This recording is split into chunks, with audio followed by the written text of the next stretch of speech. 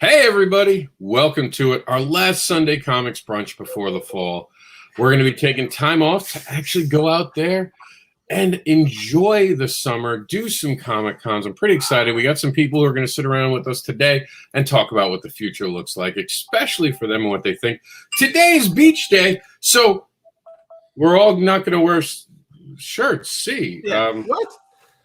Oh, no, this is how I go to the beach. I dress in all black. Sometimes it's eyeliner. Yeah. This is beach day. We're supposed to be ready to go to the beach. Like, this what happened? At some places, it's still 50 degrees outside, so it's 90 outside. Look, I'm burning. I'm turning different colors. There are shades of me now. It's 50 Shades of Rob going on. Oh my gosh! I mean, Florida's a whole other planet over there. That's what that is. So we're going to bring our next guest in, Mike. Mike told me already before. He's like, it's too cold. I'm not taking my shirt off. It's cold in the house. So what's going on, Mike? Tell us a little bit about yourself so we can introduce you. Hi, I'm Mike Bankston. I'm working on a comic. Should be out before the fall. And I back a ton of comics. Trish is missing everybody because she's working right now. But I had to show up for the last show. Yeah. Well, not the last. We're just taking a hiatus. We'll be back. And KJ, you're in California. How are you not in beach clothing? Because it's in the 50s here. What? How is Florida warmer than California? It doesn't make sense in my mind when I see all the pictures of the girls in the bikinis. You guys actually have winter? Yeah, well, I mean, it'll get into the 30s. But yeah, Florida actually is traditionally warmer than California a lot. Damn. So tell us, what brings you here? I know you got something exciting going on right now. Yeah, I currently have a Kickstarter that's live now until April 30th for my series Sophia Saturn. It's a teen space adventure, and we're finishing up the first story arc. And I'm also the writer-publisher of a couple series called The Resistance and Hyperaction, which is high-action science fiction. And let's take a look at that video. Oh, okay, great. Cool. But before we do, let's bring in Chuck. Chuck, I'm disappointed in you people. Very disappointed in you people. When you create a theme, you stick to it. All right, guys, this is not all right. This is not how we conduct ourselves. Look, Chuck is fraudulent. Look, he's got his shirt behind his head. That doesn't count. You don't go to the beach like that. It's because fat guys do. Fat guys do. The shame shirt, as they call it. That's exactly what it is. Fat guys do it like that. Yeah. I remember the first time I gained a lot of weight after getting my back hurt. Like, I actually gained some weight. I started wearing a shirt to the beach, and I was like, I can't show this off anymore. I was like, I'm so out of shape. Well, now I just realized that shapes include oranges. So round is a shape, so I'm good. Round is definitely a shape. But also, I really didn't want a lot of teenage boys' first breaths to be mine. So that's why I was like, I'll wear a shirt. Yeah, I miss the 1930s when they used to have the striped suit with the wear, and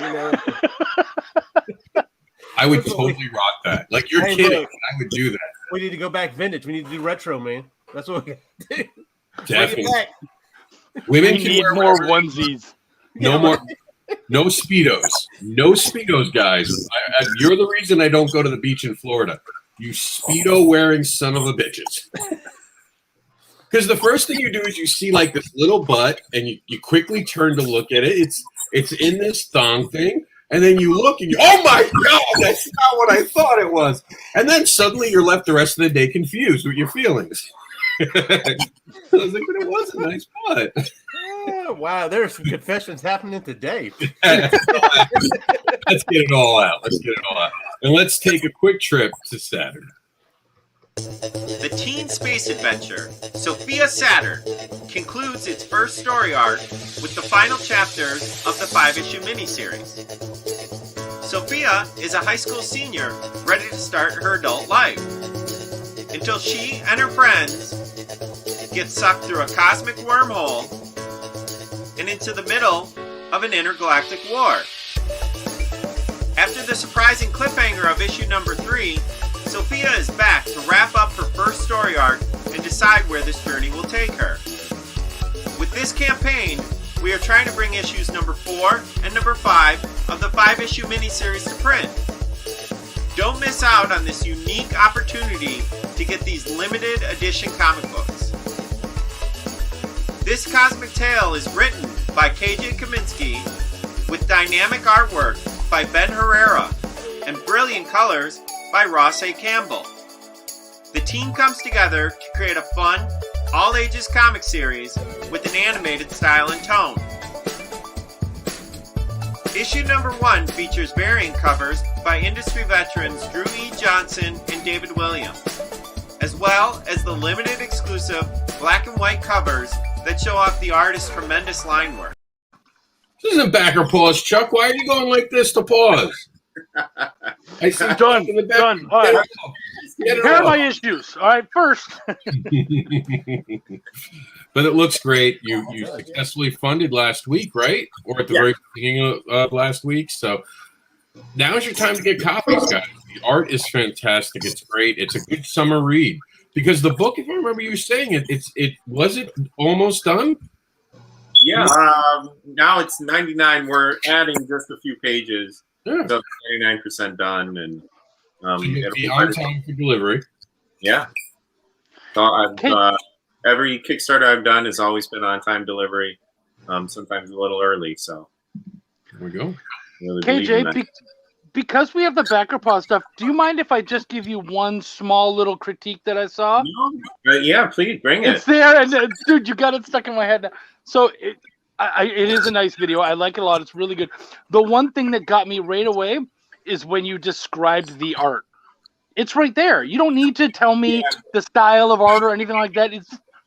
To me, it's kind of wasted time, and to me, I would rather the art speaks to me than you tell me about it, especially when it's right there. Yeah, right on. The art is pretty solid, although. All right.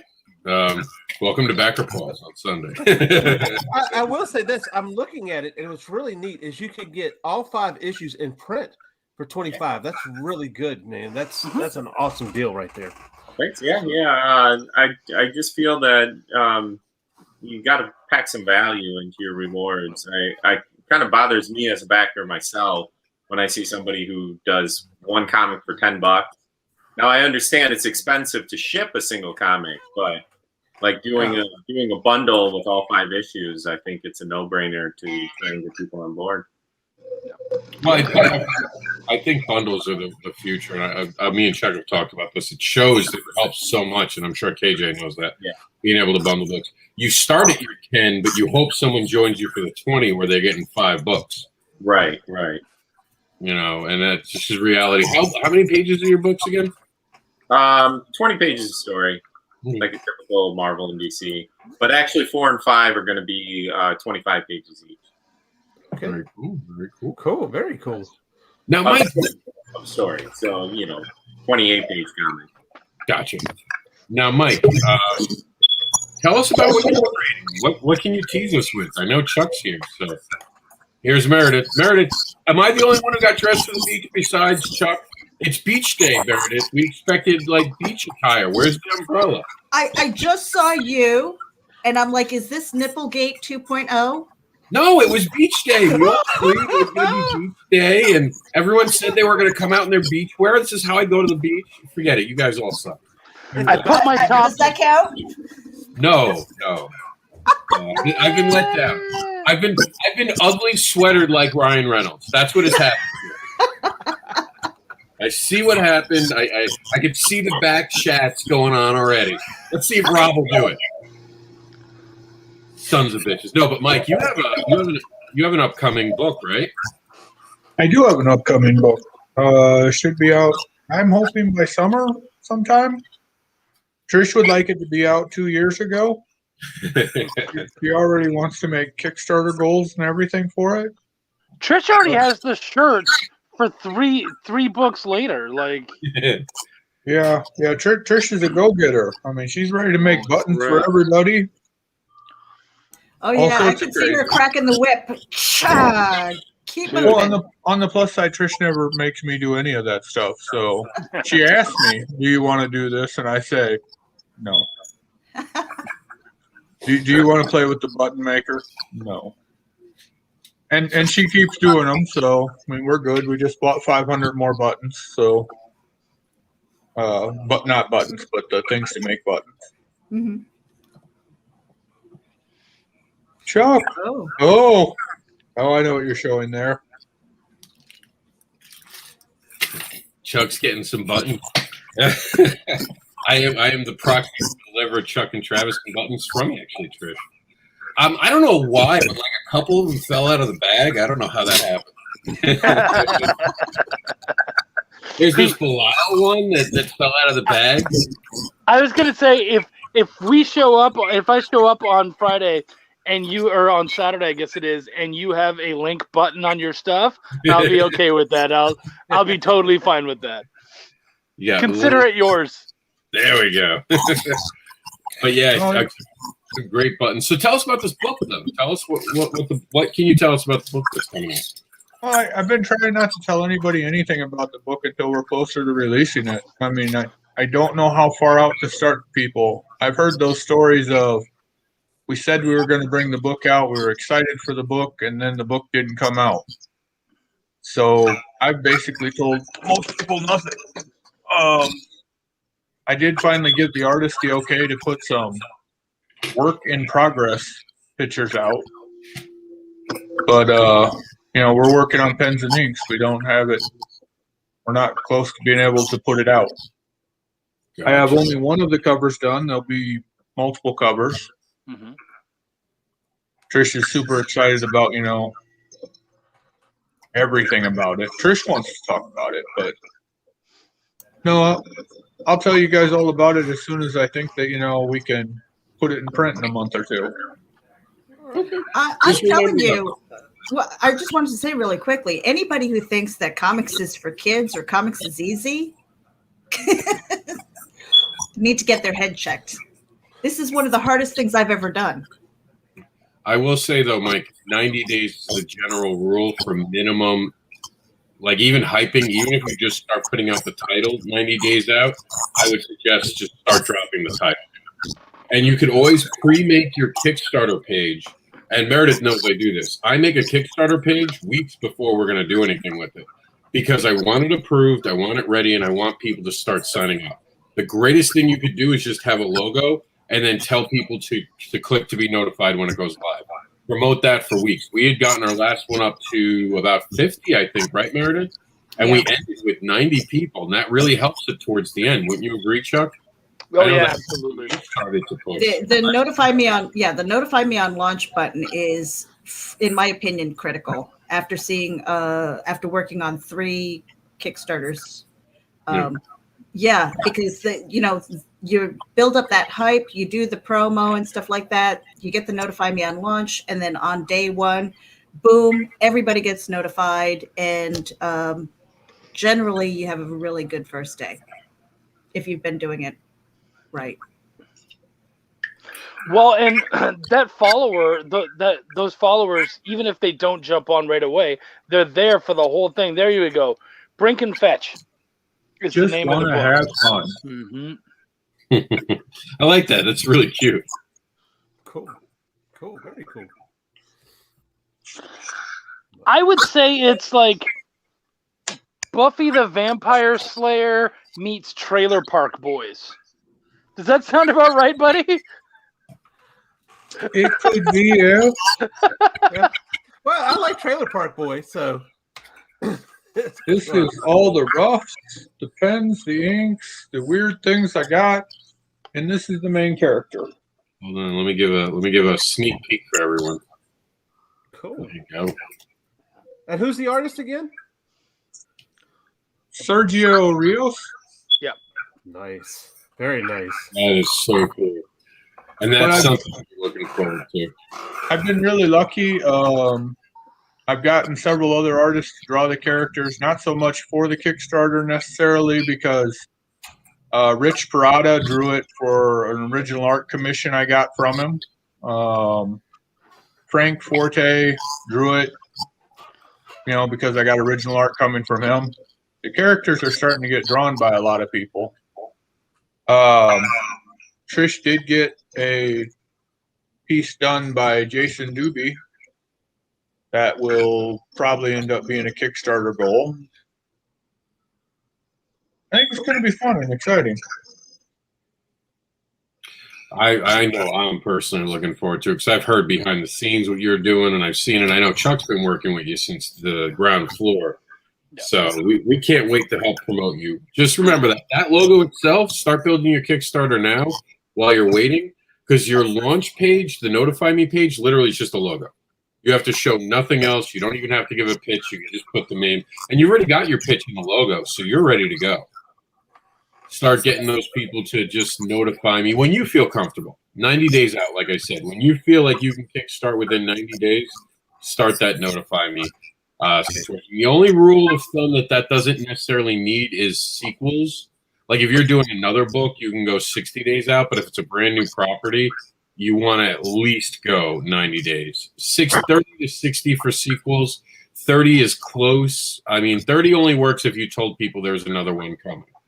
If people know, like for the Continuum, people know we have a second issue planned. We haven't figured out when we're releasing it yet, but we have been talking about there will be a second issue. But still, I'd like some lead time. I don't want to just show up and turn it on one day and go, hey guys, look, here it is. I think that's a damaging way. And I've done that in the past, so I know. I get really excited and just turn on my Kickstarters. And you don't want to go that way. Trust the guy who's done it. You spend more time playing catch-up than good instead of looking for new things. All right, guys. We're going to I think we're getting a little bit of feedback, so I'm just going to mute everyone. And we'll unmute as we talk, because I think someone's getting feedback. I'm not sure who. We're going to go around the room, and I want you guys to talk about, what do you think 60 we're going to be gone for 90 days, the whole summer. From now, which is May, next weekend is the beginning of May, which we'll talk about being at cons, to, let's say, New York Comic Con, for argument's sake, October 4th. How do you see the world? That's the big question now, right? We're at this place where 90 days is going to be a big difference. It is. It's going to be a different world, hopefully. We don't know what it is. What are your hopes and aspirations for this summer? And we'll start with Mike, and I'll go last. Mike, what are you hoping this summer will look like, in your opinion? Remember, you're muted. I muted Jewel because we had feedback. C. I'm sorry. I meant C. Oh. You put Michael back in there. I know. It's C. It's C. Stop calling me Mike. I know. My bad. What do I say? I don't know. Maybe some great Kickstarters, things like that coming out. I don't know. I think one thing this pandemic. Well, one thing this pandemic taught us is you can't really see the future. That's for damn sure. That's not going to happen. So I would love to say that we're starting to get back to normal. Louisiana, they're starting to flirt with lifting the mask mandate. Of course, you're still going to see people with masks and everything, but they're starting to flirt with that. And so I don't know. What about for you and your family directly? Are you guys planning trips? Are you guys planning to do stuff this summer? The one thing we're planning on at the end of the summer is heading out to my wife and I heading out to MegaCon over there in your neck of the woods, which I hear it's going to be hot. So if it's already hot now, I can imagine in August it's going to be miserable. Yeah, I know the best time to come to Florida. It's not in August and September, and that's exactly when we're going to be there. So hurricane season 2. Yay! Yeah. Oh boy. Oh golly, thanks. Thanks for reminding me. That show just is about to begin here, because now they're saying hurricane season really starts in May. Fun times. Shoot, last time it didn't until almost December, and that wasn't we didn't our think choice. We didn't think it was going to end. Yeah, I'm telling you. So, although who knows? Maybe this year we won't see as much, but I don't know. So yeah, that's what we're looking forward to now, heading towards August. That's all eyes on August. To see some people that we know, see Meredith. I know Chuck might even be there, huh? We're going to say we don't know yet. No, you're not going to be there? Oh, well, I'm going to have to Houston one day and head to go see Chuck at a show. But other than that, yeah, that's what we're looking at now. Of course, making comics, because one thing about it is, yeah, comics are hard, but once it gets in your blood, it's addictive. So you just don't stop. But yeah. But yeah, that's all I got, really. All right, Mike. I'm gonna unmute you for you. What do you think? What are you guys planning for the next couple of months? Trish has there's a con down here in Arkansas in August that looks like it'll be pretty fun, and it's really not far away. So there's a con over in Dallas, Texas, Trish would like to go to, and a con in September, both of them in September, up in Iowa. That's a horror con that she wants to go to. Trish would like to go to all the stuff. It won't work out because money will get us at some point, but I'm sure we'll get to at least, we're surely going to get to the one that's close, and at least one of the ones we got to travel to. You're muted yourself, Rob. I know. I'm trying to hear where that damn echo's coming from while we're doing this. But this show wouldn't be complete without the Instagram model. We need the Instagram model here. Here is Mike, the artist on Eclipse. He is the Instagram model known as Sealy. Or sexy Sealy. As Nita would say, and I won't. That will be a term. I don't care if you write it. Trust me, I will skip that word every time. Oh, come on, Rob. You two prance around on the beach. I've seen pictures. Never happened. Those are all falsities. Those are all lies. Oh my gosh. Vicious Hey, well, rumors. it's Fish Day. That's why Mike's here. That's what that. Good morning, We had to get everybody. Mike in. Afternoon. Yeah. So we're going around. We're talking about everyone, what they see the next 90 days at. I'll let you go before I go, and I'll move myself I'll put myself in the bad boy corner. And Meredith, you're up. So tell us what does it look like? Summertime for me is going to look like every other day.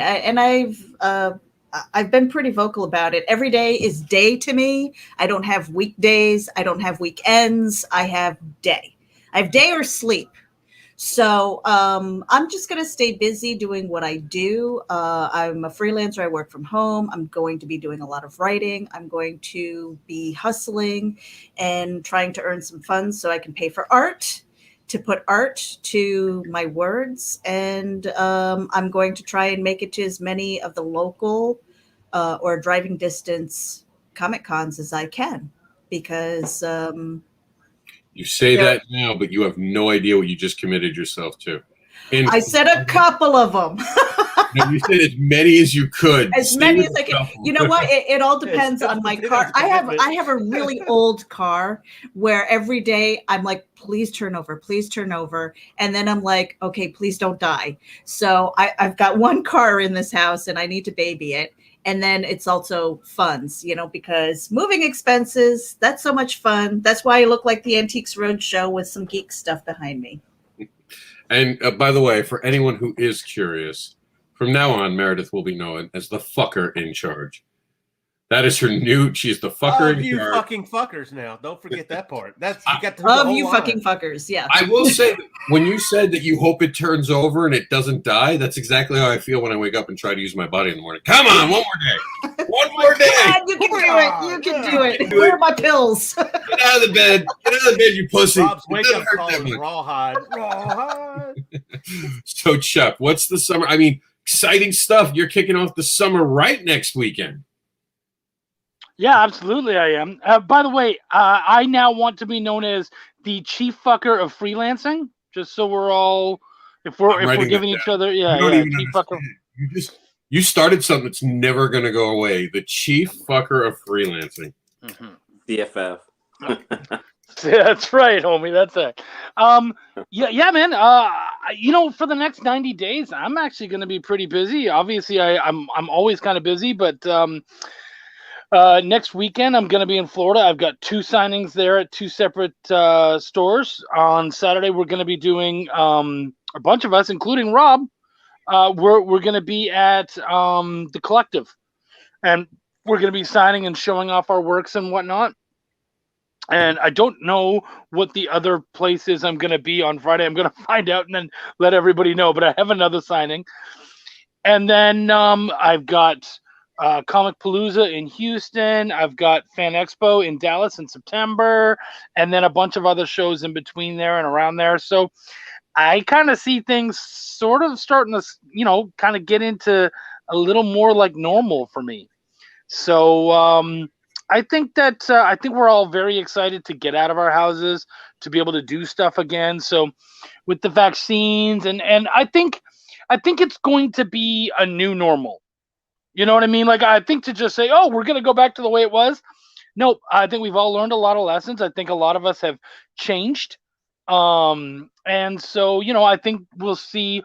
I think masks will probably be a regular part of our lives for probably a while. As far as like seeing them on other, like if you don't wear them, that's on you. But people having them and bringing them with each other and whatnot.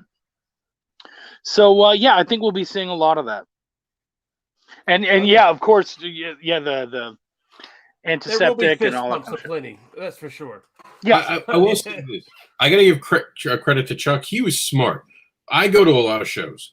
Chuck was the only person besides myself who always had hand sanitizer. Mm-hmm. He had the giant loop thing. Yeah. I had the wet ones. I did wet one wipes always to wipe my hands. His is a little more convenient. And when people would ask me, because I would do it and like as I said goodbye and I'd start doing it, they'd kind of give me a look and I'd be like, oh, I'm just making sure because I touched money. The easiest answer was whenever I touched money. So you never talk about it being them or I touched something. I just want to make sure my hands are clean for the next person. You never blame them directly. But I mean, after this year, you don't even have to explain it. It's awesome. No one will look side. But you know what? You shouldn't even look at somebody like that because that means that you did that before I shook your hand. So therefore, if you have diseases, I don't have to worry about it. So you know what? I'm OCD anyway, and I'm constantly washing my hands. So that is a necessity for me, period. So KJ, what is 90? I think anybody has done. What, Mike? Anybody has done a lot of cons. We can always think of one con or two cons that we got sick on. And we can't say if it was travel or it was just. I'm sure Mike will reconnect. Welcome to Fort Myers and Cape Coral's internet. KJ, you're up. We're gonna move. Yeah, I think we all want to try and avoid the con crud even before the corona. I always have the hand sanitizer. But out here in California, we don't have the major conventions aren't coming back until September. So the next couple months for me is just going to be working on projects, working on my next couple issues of the Resistance and Hyperaction and getting out my Kickstarter rewards for Sophia Saturn and gearing up because I know we have a lot going on in September, October, and as we've talked about, December seems like it's going to be the big month for conventions this year. All right. And that's, Mike is back with us, I hope. Signal good? You can hear me? Yeah, I can hear you. Okay, good. Mike is actually jumping right into it, man. He's going to be doing shows with me. And we're gonna play Florida hard for the next couple months. Like we're already making plans, and it's funny because like you don't realize it, and I'm sure Chuck gets this, and all the parents in the room get this who have kids you can't just leave alone. You gotta sit down and start realizing, especially when you're a single dad, the visitation schedule. When will my kids be with me? And see, I have a 6-year-old who like adores me, so I can get away with taking him anywhere I want as long as I can bribe him with a toy. Mike's got teenagers. Like, they're not going to necessarily want to go for a ride. So how does this summer look for you? What do you think is going to happen? Do you see it opening up? Do you see vacations happening? Do you see there being a huge mask burning in the middle of the summer we all get to attend? I don't know about mask burning, but I know that I'm planning on going places. I'm trying to game plan, looking at some of the bigger cons because I'm trying to go. I'm like chomping at the bit to either be a part of it as far as having a table on Artist Alley or having something with Continuum Comics if it's somewhere that's local or something like that. But I'm so looking forward to starting up on cons. I've looked into New York City Comic Con. I actually talked to KJ. We talked briefly last time we spoke was about San Diego because I really it's like a tradition for me to go to California. So I just need an excuse. Even if I go there and I can hold a board sign and say, please come in or something like that, I'm going to trying to go to California. I'm I'm definitely working on my art projects. So I plan on trying to get some of that stuff out and just having more and more things to actually bring to people. All right, someone's asking, and I apologize for this. I don't know who you are, Facebook user. It's a setting on your end or where you're commenting, so I apologize. We don't know who you are, but they're asking, where are you out of, Mike? I'm in Florida. Me and Rob live like literally 20 minutes from each other. Yeah. And we hang out and talk comics all the I time. don't know if the secret Rob is at. Oh, I always say I'm from Fort Myers, and the reason I say Fort Myers is because every time since I moved down here, every time I say Cape Coral, people are like, "Huh, Fort Myers?" Oh, because RSW's in Fort Myers. Like, people don't know Cape Coral as well. And the difference, just so those are wondering, is like saying Brooklyn and Queens. It is literally that close. It is exactly just like that. I think the only difference is we're disconnected by water at certain points. I mean, I could go all the way around and go through Lehigh. And get to you without using a bridge. So it's not like we're not like an island or anything. But yeah, the next 90 days, this is how I see it, honestly. I see it being a tale of two different worlds. There are going to be some states. Danny's on, actually. Danny Morales. What's going on? Danny's the one hosting the show that we're talking about just on the grand opening, the grand opening of the collective this Saturday, actually. Wow, I can say this Saturday for the first time. We've been talking about this for a while, but once again, we'll throw up that. I see it being a tale of two worlds. There you go, and a lot of great creators there on the right. By the way, we left room down here for the Southwest Florida Comic Con. If anyone's going that we don't know of, tell us. Or if there's another show going on next weekend, tell us. This is what's going on in Florida. That's why we put up Florida on the big screen. This is going to be weird for a while. Go ahead, Chuck. The collective, that's a stacked lineup. Like, and I'm just like, if you look at the people in there, it's a real, like, honestly, it's a pretty stacked lineup. You've got people from Scout, like all over Scout. You've got people from Mad Cave, like, dude, it's a really, really nice lineup. And Joel's one of the few times I've seen Joel in over a year, honestly. We haven't seen Joel Rodriguez anywhere, and he was big in the con circuit. Just in 2019, he hit a lot of cons with me. We were actually road warriors together. He had a kid. Like, I think that's it. Like, I mean, it's probably less the pandemic than it is more just having a full-time gig at Scout and having a kid. That'll do you. Yeah, that'll slow you. That'll gum up the works a little, especially those newborns. So needy. So, like, I definitely see the next year being a tale of two different worlds. So one world we're going to see, like, up north and in the Midwest, they've always kind of struggled with what's going on. They're having trouble getting vaccinated and stuff. I think that we're going to see lingering effects in the Midwest a lot more. I think you're going to see the East Coast and the South opening up really fast. California, I'm not sure about yet. Because, I mean, KJ, are you guys having trouble with the vaccines too? Because some places are literally having trouble with the vaccines. No, it seems like they're really getting them out. I think San Diego County is 25% fully vaccinated at this point. Which is an amazing number, by the way. That is actually an amazing, with 2 shots, that's amazing. Yeah. They seem to be rolling along, but, you know, we also have state restrictions on convention attendance through October 1st. So I think that the most you can have at a convention is 5,000 people until October 1st. So it'll be interesting. And Mike, if you're free on Saturday, Danny just had a table open up, so you're free to join. Okay, I might be going to Spooky though, as a fan. Spooky. It's okay. You know, why would you? Yeah. Why make money? See lots of great creators. Go make Spooky some money. No, because Spooky needs your money. You know, like, I wouldn't want Spooky to go poor. You know, that's okay. That's okay.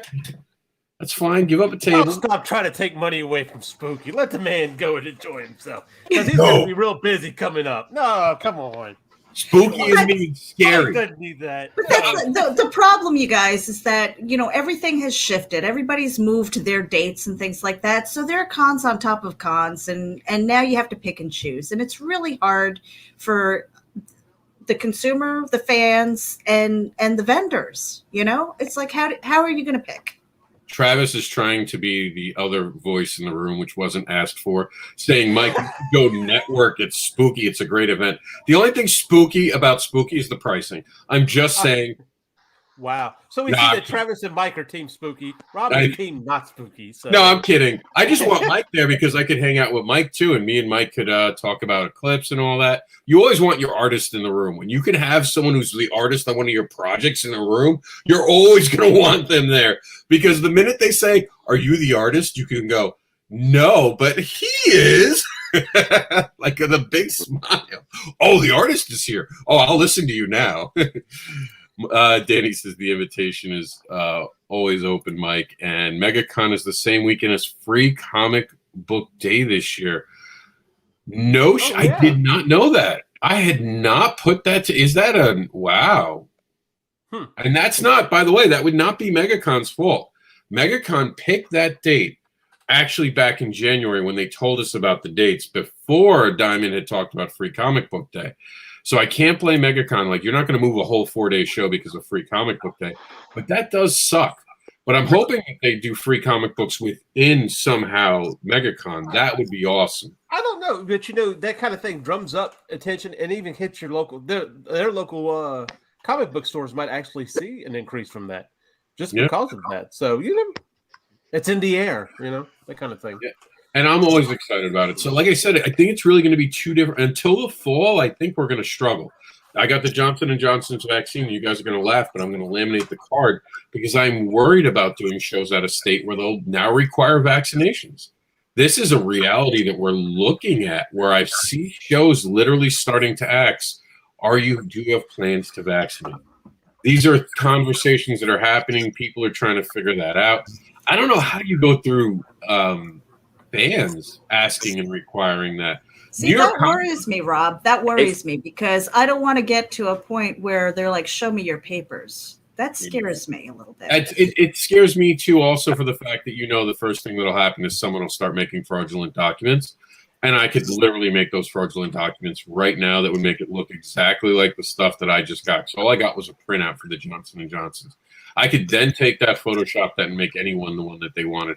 So I think it's the wrong way. I'm with Meredith. I think everyone should get a vaccine if you feel comfortable with it. I went through the Johnson & Johnson's thing, and everyone watched me get sick for 2 weeks. I was sick as a dog for 2 weeks. Today is literally the first time you haven't heard me cough on a video. I have not been on a video without coughing, and I guarantee you I'm going to still cough on this one, but it's not as bad. Even during the news, I was muted half the show to cough up a lung. So, see, there it is. You know, so I get it. I get people being worried about vaccine. And my whole rule was always get the people who are most in danger vaccinated. Once that happened, it really should be a user choice. You want to roll the dice and not get a vaccine? God bless you. Good luck. Have fun. Do your thing. Because here's the thing. Even if I get vaccinated, they can't guarantee that I can't spread it. So I might not get sick, but I could still wind up being a spreader of the virus. So I will be wearing a face shield at all the shows. If they require me to put on the Optimus Prime mask, I'll put on the Optimus Prime mask. And I'll do what I have to do to keep people safe. But I do think that's going to interfere with the summer. I think in Florida, Mike, do we even see does it even feel like there's a pen thing going on, the big pause thing going on? Most days. I walked past the club one day and it was packed. I walked past the club and they waved at me because they know me, but I was like, I'm not ready. I know when we did that filming for the Eclipse video, we were on the beach. It was packed. People were on top of each other. Like, yeah. Florida's just done. Yeah, it was like nothing is happening. And I've seen it. Lottie Kai is the name of the place.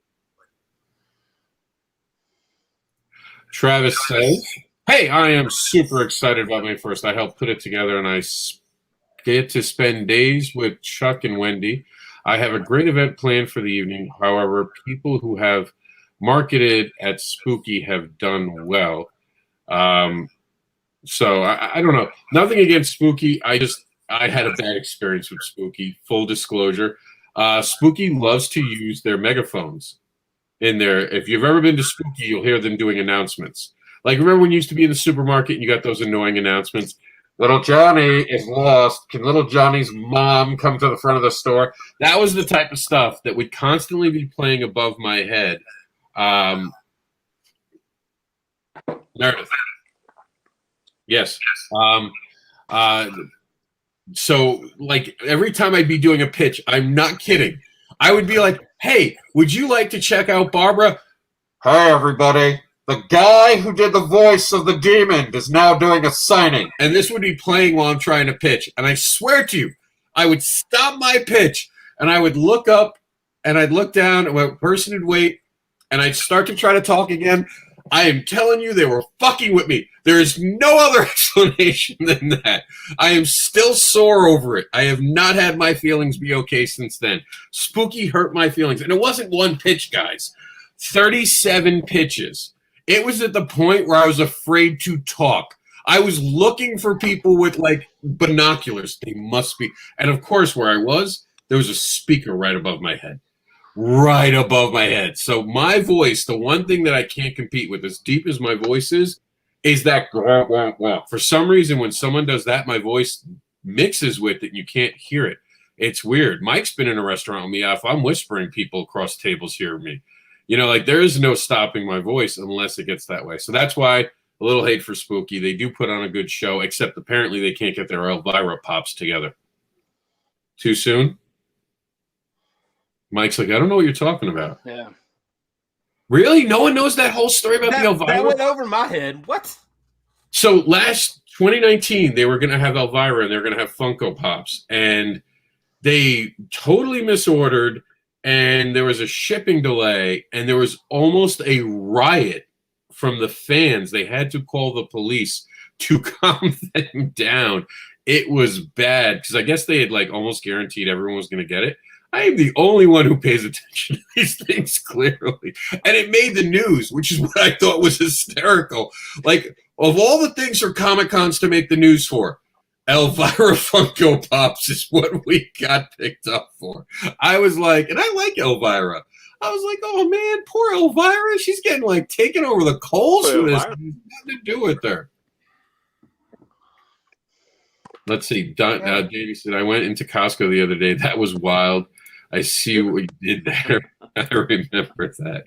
Yeah, the Funko Pop craze was crazy. But yeah, Costco is always weird. Like, I'll admit, like, to this date, when I go into Walmart, I almost hear, like, the Wild West theme in Florida.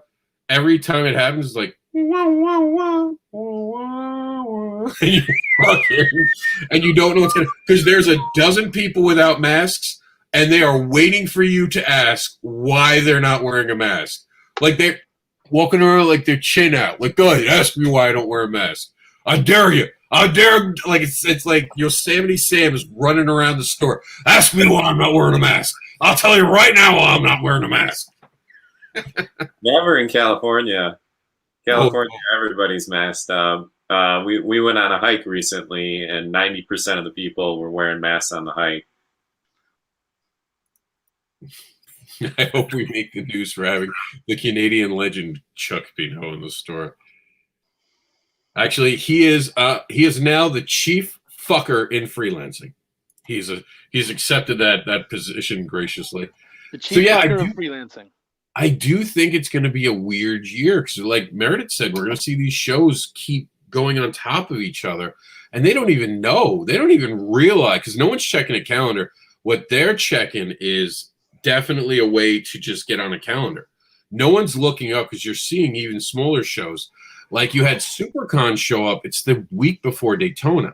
And I like Daytona Comic-Con, and I feel horrible for Tom because while it is very far away, Daytona and what will be Miami, it's probably a 3 to 4 hour drive. You got to kind of be like, well, it's not fair to Daytona, a smaller show a week before a bigger show.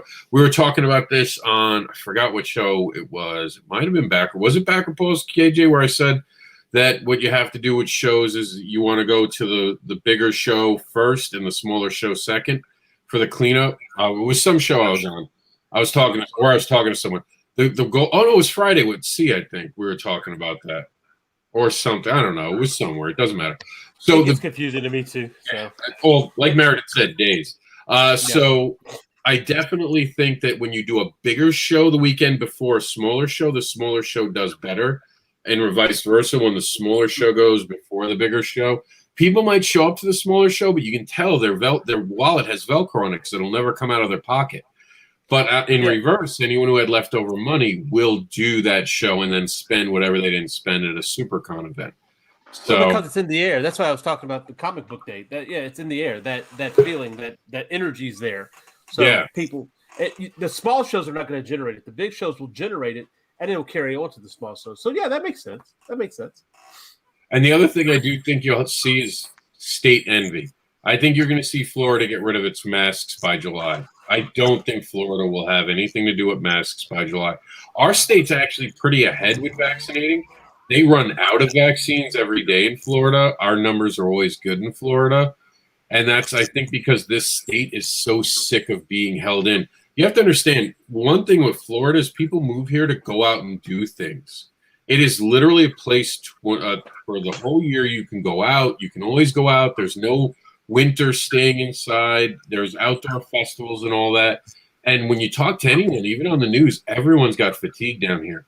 No one moved to Florida to stay indoors all the time. And it's funny because I don't want to go out. I'm okay being indoors. Like, I'm one of those people who had been fine with it. But everyone else down here wants to get restarted. So you see the vaccines getting done really well down here. They even opened up a vaccine center at the mall that me and Mike were going to meet at. They have an entire section now that's just for vaccines. You walk in, you get a vaccine now. They are trying so hard to get Florida vaccinated. Johnson & Johnson starts, by the way, again on Monday, if I'm not mistaken. So we'll have the 1 shots, and apparently they have millions of them to go out. So that's good news for everyone who wants a shot. So I do think you'll see it where Florida will be one of the first places vaccinated. It sounds like California, from what KJ was saying, is going to get vaccinated pretty well, and they'll have it. And you'll start seeing those states opening up and other states starting to get envious. And I think you'll see some states playing catch up because there are some states like, I think it was Wyoming. Is that a state? That's a state, right? Maybe. We need to take a poll on that. But yeah, that was on the news the other day. They're actually canceling vaccines now because they can't get enough people to take them.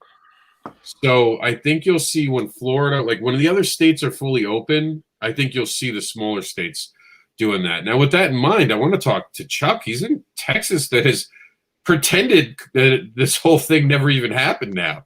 They're playing. Sorry, what whole thing? What are we talking about? What is this? What are you guys? Yeah, exactly. That's Texas's whole thing. What do you mean panhandle? What's panhandle? Panhandle, that's to the north. I'm fine here. That doesn't affect me. Yeah, man. I mean, Texas is similar to Florida in the fact that, you know, it's warm pretty much year round. We're not used to staying in during the winter and stuff, and so people are used to being able to. And the whole thing with Texans is personal freedoms. So we've gone between mask mandates and not, and I think it was like a couple months ago where the governor basically just said, "Do what you want. You guys just do what you want." And so, as much as there's no actual mask mandate, most of the stores didn't stop them. So a lot of people, it's just basically like if you're hanging around, walking around, people aren't usually wearing masks, but when they go into a store, the mask goes on because it has to. Except for more and more you're finding, because these places don't have bouncers, people are realizing if I walk in without my mask, no one's going to stop me. They can't make me leave. So it really, you know, it's really just like a personal thing. Do you want to wear it or do you not? Yep. I'm also finding, I just heard in the news that people are actually coming to Texas just to take the vaccine. Yeah, we had that in Florida. Florida was bad. Yeah, it got really. We had a Florida was really. Yeah, we had a quarter of our vaccines stolen from out-of-staters. And the fucked up thing was that they weren't planning to stay for the second shot. You're going to have a lot of motherfuckers out there, not like Mike, who's having problems getting the second shot, but people who just got one shot and like, I'm good. That's it. I needed one shot. It's like the Johnson. No, you need a second one. No, I'm good.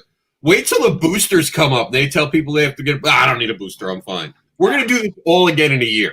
Just mark it on your calendar. We're all gonna be back in a year because no one's gonna get their boosters. And for me, just imagine 2 weeks of being sick, and you tell me I have to go through it again. There's gonna be a lot of pause. I'm gonna be like, can I get the Moderna booster? Would that work the same way? Because I'd be terrified of it. Mike, I want to ask you, how is it going where you are? I know that Trish works, so you hear how people are acting. Do you feel that people are ignoring mask mandates where you are? Or do you think people are still okay? Because I know, like Chuck was saying, Florida and Texas, we're the same. We're tired of it, and freedom's a big thing in these states. They're like, fuck your mask. Where Trish works at a big store, they actually told the employees not to tell people to put on masks if they come in without them. So, I mean, it's a really weird thing. We're still supposed to wear masks, but it's kind of a choice at this point. I guess somebody in the news got shot telling somebody to put on a mask. So the store is just like, oh, we're not going to go that route. Yeah, that's happening. So, yeah, I mean, it's weird. I don't hardly go out except for doctor's visits, but Walmart and CVS. I don't understand Walmart and CVS. I don't know if they're both doing it. Costco too. Have you guys seen the Costco videos? I'm a member. There was that Florida guy. I'm a member. You're making me feel intimidated for putting on a mask, dude. Like, personally, I would just ask you to put on a mask because I've now seen your face. But beyond that, I just think that putting on a mask is a very small thing to ask people to do. I've always looked at it that way. And I have trouble breathing with the mask. I'm one of those people, and it's not like a real medical condition. I'll be honest. I just start freaking out. I'm like, I can't breathe. Oh my God, I'm suffocating. Oh my God. Like, I'm just there in the middle of the woods by myself, grabbing my chest. I can't breathe. This mask is killing me. Like, it's the thing from Alien. It took me months to get used to wearing the mask. But here's the way I always looked at it. If I ever caused someone to get sick and they died because I didn't do everything I couldn't live with myself. So I'll put a fucking mask on. Yeah, if they ask me to put a mask on, I will. I don't understand the science. I get why people don't want to wear it. It's a choice. I've learned people don't care. Oh, no, they don't. Fuck you. Other people. I had a guy literally tell me, I hope people get sick. And you have these teenagers who thought it was cute coughing. I'm telling you, at Target, I almost sent the kid to a hospital because he coughed near me. And it took a lot for me to restrain myself because I realized he's a dumb kid. This is the very beginning of the pandemic where they thought it was cute. Same guys going around drinking from the bottles. We all saw the video. They were going through Walmarts and stuff, eating stuff and touching and licking stuff. And then there was that girl who licked the toilet seat on the airplane, which, by the way, oh my God, she has every disease now known to man. We're all aware of that, right? If you see that chick, you have to avoid her because she's Mary the Plague Jane now, okay? If she did, that's not the first time she did something. No, that's a dirty girl. So if anything, that didn't do anything. That's the girl you could talk into anything. And it's not even a talk. You could be like, have you ever? I'll do it. Sure. But yeah, it's crazy. See, you're in a state that's kind of just like fuck it too. Yeah, I don't want to talk about it, to be honest with you. What I'm more interested in, I'm kind of interested in KJ's shirt down here, because when I went to go back his Kickstarter here, that's an add-on. What is Resistance, man? Oh, the Resistance. That's the comic that I kind of started with. It's high action science fiction about alien refugees, human outlaws, and bounty hunters 100 years in the future. Kind of G.I. Joe meets X-Men. All of my favorite influences from comics in the 90s and cartoons in the 80s and toys in the 80s. But yeah, I've done 5 issues, a couple one-shots and a 3-issue miniseries. And then there's a sister series called Hyperaction, which like delves into the individual members. And they're all add-ons for the Kickstarter. You can catch up on all our books for Kickstarter. That's a great thing that Kickstarter added recently. Yeah. I prefer that working for you? The back page. Yeah, I was wondering because you saw that on Indiegogo. Kickstarter kind of adopted to do that, and I was wondering for everybody, is that working? Is that everybody enjoyed the fact that Kickstarter's having those add-ons now? I mean, are we seeing people actually adding stuff on? I know I have. Yeah, I like that. I've done it. I like that a lot. Yeah. I bought something and added on because I seen something that they had and it was like a past book. So it's like, yeah, it was a cool option that they added, you know, so I like it. What about you, Kate? Because you seen that?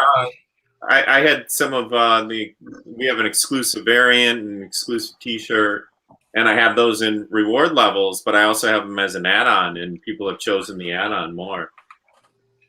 So yeah.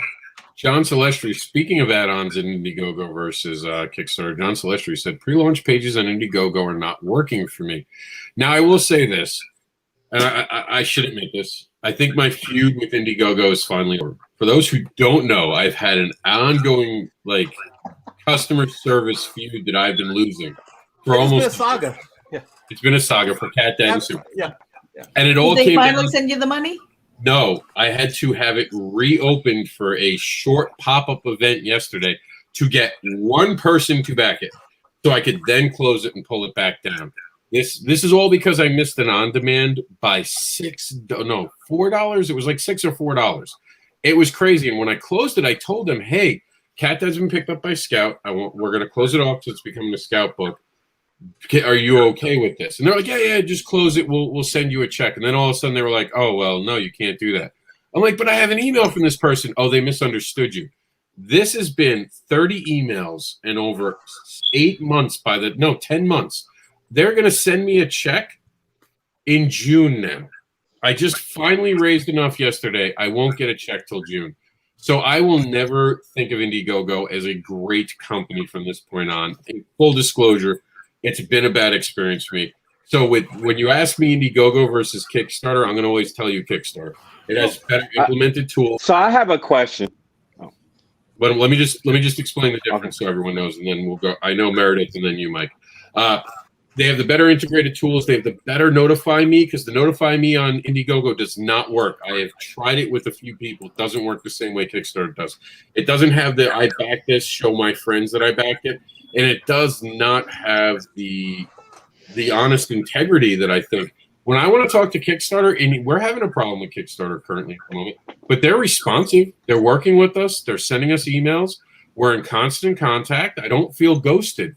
Indiegogo, I literally have to go through their platform to send them an email because they won't answer an email if I send it back to them, despite the fact that it says reply here. I cannot tell you how horrible of a situation has been. Considering how many Kickstarters I run, I will never use Indiegogo again. I would rather use a brand new startup crowdfunding or use Kickstarter. I see no reason not to use Kickstarter. Kickstarter is the better platform. I don't give a shit who gets offended. It's just the fucking truth. They have the better resources. Travis is joining us. We'll get to him in just 1 second so he can introduce himself. Let me answer the two questions. Meredith, what was the question? Well, I was going to say, wasn't the $6 short of the $100 minimum because of their fees? Yes, it was their Oh, really? Yeah. Wow. There you go. Wow. I raised $112. It was their fees that fucked me. Wow. Yeah, that's how much that they took, or something like that. It was very frustrating. Mike, what was your question? Mine was like with Indiegogo, the app never works. The supposedly it says supposedly they're updating it next week. I can tell you it's been updating for at least 4 months. Supposedly Monday they're fixing it. I don't know. It hasn't worked. That's the thing with apps, though. For like Kickstarter, though, I've actually submitted surveys, and people are like, you need to submit a survey. I have. How many times do I need to submit this thing? So Yeah. it's just. I have had that thing. too. Yeah. I have had app issues with updates. I will never update my campaign from a show again. Travis is here. Travis, introduce yourself. He knows a little bit about Kickstarter and Indiegogo. Yeah, in fact, that's why I came on. When it comes to talking bad about Indiegogo, I'm always right in the wings, ready to say something. But yeah, I'm Travis Gibb with Effects Agency. And yeah, really what I want to come on, because I'm finishing a script, so I can't stay for a couple minutes. I really got to finish the script. I want to read it to my wife. I'm super excited about it. But one of the things that about Indiegogo that I'm learning more and more. One of the things that they allow you to have multiple campaigns at the same time without even fulfillment, even if it's past fulfillment dates or anything. They really just don't care. They'll allow anybody to do whatever they want and do whatever they want. They don't really care about the consumer. They just care about the end result. So that's why I tend to lean against it. Plus, if you notice the programs on there, the people who are creating stuff, I'm not saying they're all good or bad or anything. I'm not trying to like talk bad about creators, but a lot of them are charging $10 shipping. A lot of them are doing a lot of things that are really not good for the consumers. Where Kickstarter in the Kickstarter community tends to hold the other Kickstarters accountable and keep everything balanced to treat their customers as the first and foremost. Now, you also wanted to talk about the upcoming event this Saturday. No, I didn't. I'm good. But all right, I guess I can. Yeah, we're going to do we put together a big event. Cthulhu Invades Oz had a lot of creators in Florida, so we got as many as we could, as well as Shep from Texas and his wife Wendy, to come down, and we're going to do a big signing over at the Collective. The Collective, I'm part of the Collective initiative, and we've done a lot of things over there. I was their first variant cover for Voodoo Nations, and we've just done a lot of cool things with that store, and I really want to be part of their big transition to this bigger store. I know Rob's done a signing up there. I've done a signing. It's a great store. It's a great location. It's got tons of room for everybody. But I'm really excited about doing this big event, and hopefully we're going to have a collective, a little comic there that's kind of exclusive. So we've been working on something behind the scenes that hopefully will be there as well. But even if not, like, you can get your Cthulhu Invades Oz signed by, like 11 creators, which is super dope. My wife even got a haircut and a dye job for it. I mean, what more do you need? Shit's serious now. It's serious. I expect a dye job from you, Chuck. And this will be the first time Chuck is actually going to be around. No, not that job. Not that job. Dye job. Wow. Different job. This will be the first time. Too early on Sunday for that. This will be the I'm first the motherfucker of freelancing, so that's what's up. All right. This will be the first time Chuck will actually be in the same room to sign the Cthulhu Invades Us. So if you guys got a book already, you should come to get him to sign it at this event. Or if you've gotten any one of the thousands upon thousands of books that he's edited, this will be the show to finally get that checked off. Because he's a Texas guy, so he doesn't come to Florida very often. We're trying to get him to move to Florida because of the gun laws. No, I'm kidding. Florida's just as screwed up with the gun laws. We're trying to get him to move over here to Florida. But till that happens, you're going to have to only see Chuck this one time. This is one time, right? This is it? This is it for the year? For the year, probably, yeah. Guys, Texas has open carry on swords, so yeah, I'm here. You guys know me. I'm a big collector of swords, so why would I leave right now? I don't think Florida has any rules against it. Yeah, but they don't have swords. They don't have any laws against it. But Texas is like, no, we're pro sword, and I'm like, okay, Texas, I'm listening. All right, that's an interesting place to be. Okay, I have enough that's worth it to me. Zorro, that's all I have to say. I can make a book of Eli. So now, you go through Texas, you see people pointing with soldier. Hey, you need directions that way. So yeah. I do know Travis has to leave, so let's let Travis really quick. Travis, what do you see the next 90 days being? Because we're taking some time off. We won't be back with this show for about a little over 90 days, probably 100. But we're wondering, you're living in Florida. I'm sure you've seen that Florida doesn't even really register that something's happening right now. People wear their masks like earrings now. They're hanging off the side of their face. What do you think with Comic-Cons? Are we going to have a good season? Like, everything's starting up. You foresee a regular season, a not so regular season? What do you see? I think you're always going to have a low attendance. As the couple of shows I've done, it's been low attendance. I think you're going to keep seeing that. And most of the people who are going out are not independent comic buyers. If you're in the independent, they're really buyers who are trying to flip. They're buying key issues, looking through the back boxes, and flipping because they need to go out. That's where you find the best deals. That's where the stuff is. So you'll start seeing those open. I lean left, I think everybody knows that. But Governor DeSantis here in Florida, one of the things that he did well, and it's only the one thing he did well, is when everything started, he ignored the rest of the state and literally just targeted the old people. He made sure they stayed in their homes. He made sure that all their communities were all secure and let them know what they needed to do so to keep that death toll. And I think that that's what's worked for him versus California is the elderly population has had all the support and money even, if you're in those things to keep them in place while the rest of the state kind of does what it does. But if you haven't been paying attention, I follow this stuff. There's all sorts of laws that have been passed since things have been open because they want to go crazy. Like in Brevard County, we no longer have a bar end time at 2:00. It's whenever you want to end, or New York City or New Orleans. Like they're doing some crazy stuff because they want to back open. They want to open big. So I think we're going to have another big spike, here before things are crazy. But I think it's going to even out. And I don't think it's going to affect cons.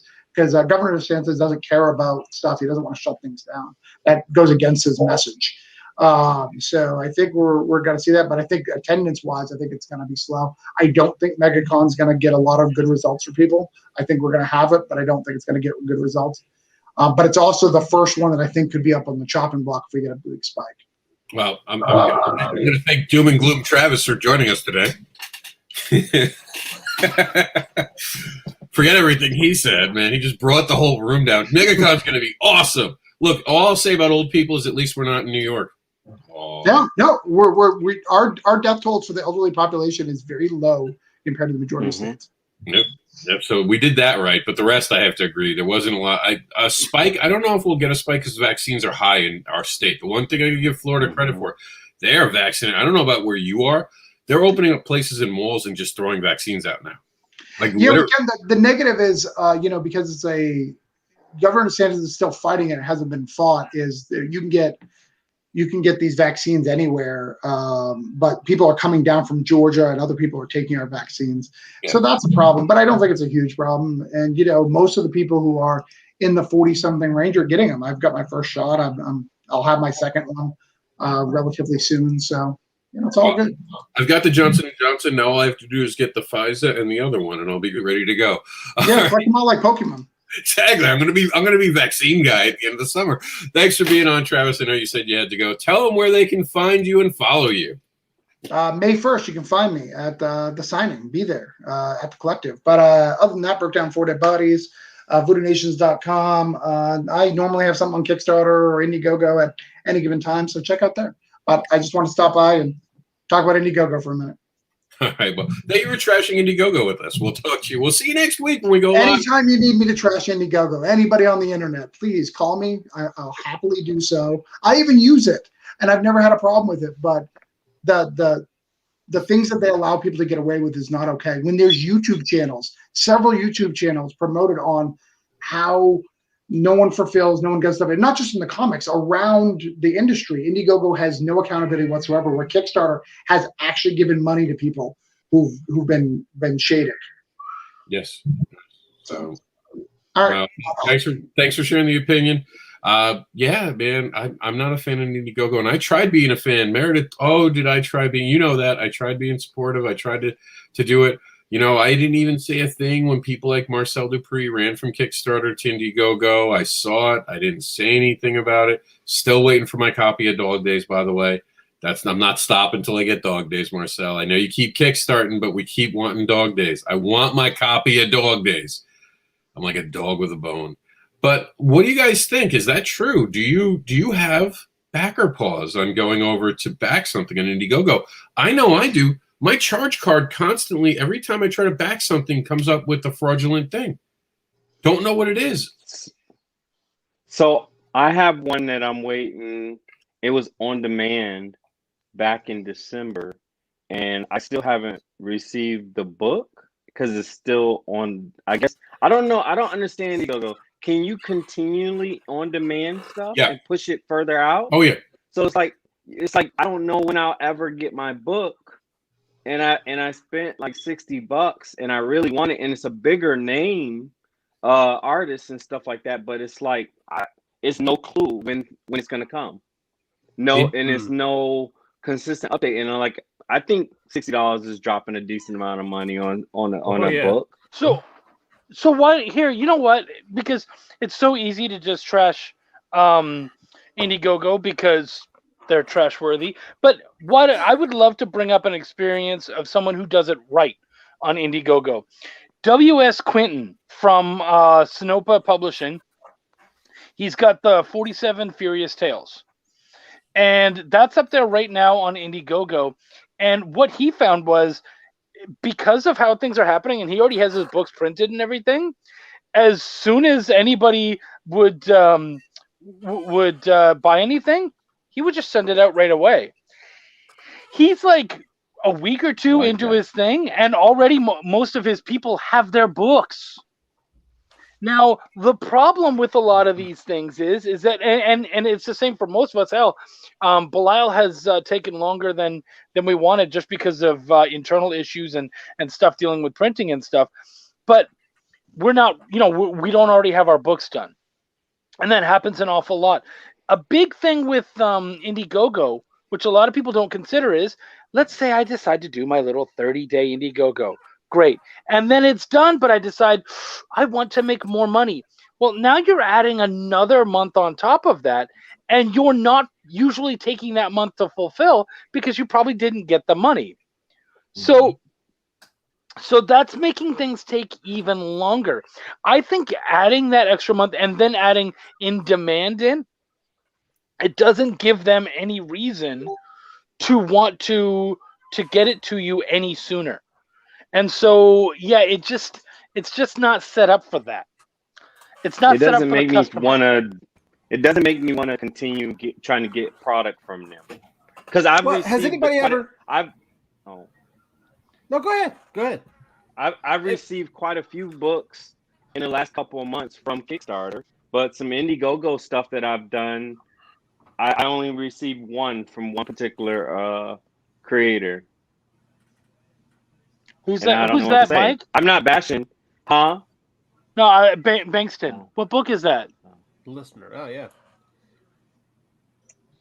Sorry, I was muted. This is The Listener from Kickstarter. Oh, from Kickstarter. Okay, I thought that was an Indiegogo book. Oh, no, I don't have anything from Indiegogo, although I've got a few things ordered. But I'm curious, well, then you'll get them next year. All right, see, what were you saying? Yeah, has anybody ever tried to get a refund from Indiegogo? Yeah, it doesn't work. That's what I was wondering. They literally tell you on their site they'll never do that. They tell you that they hold your money back for chargeback stuff, but I have to date, because I get a lot of complaints, and I'm going to get past this to Meredith because I can come back to this, and I will. I get a lot of complaints about us covering Indiegogos. And I've talked to Chuck about how to handle these in the background. He knows I come to him, and I'm like, this is what someone's complaining about. What should I do? Because these are moral and ethical questions, and I don't want it to be my own opinion. So I'll start asking other people.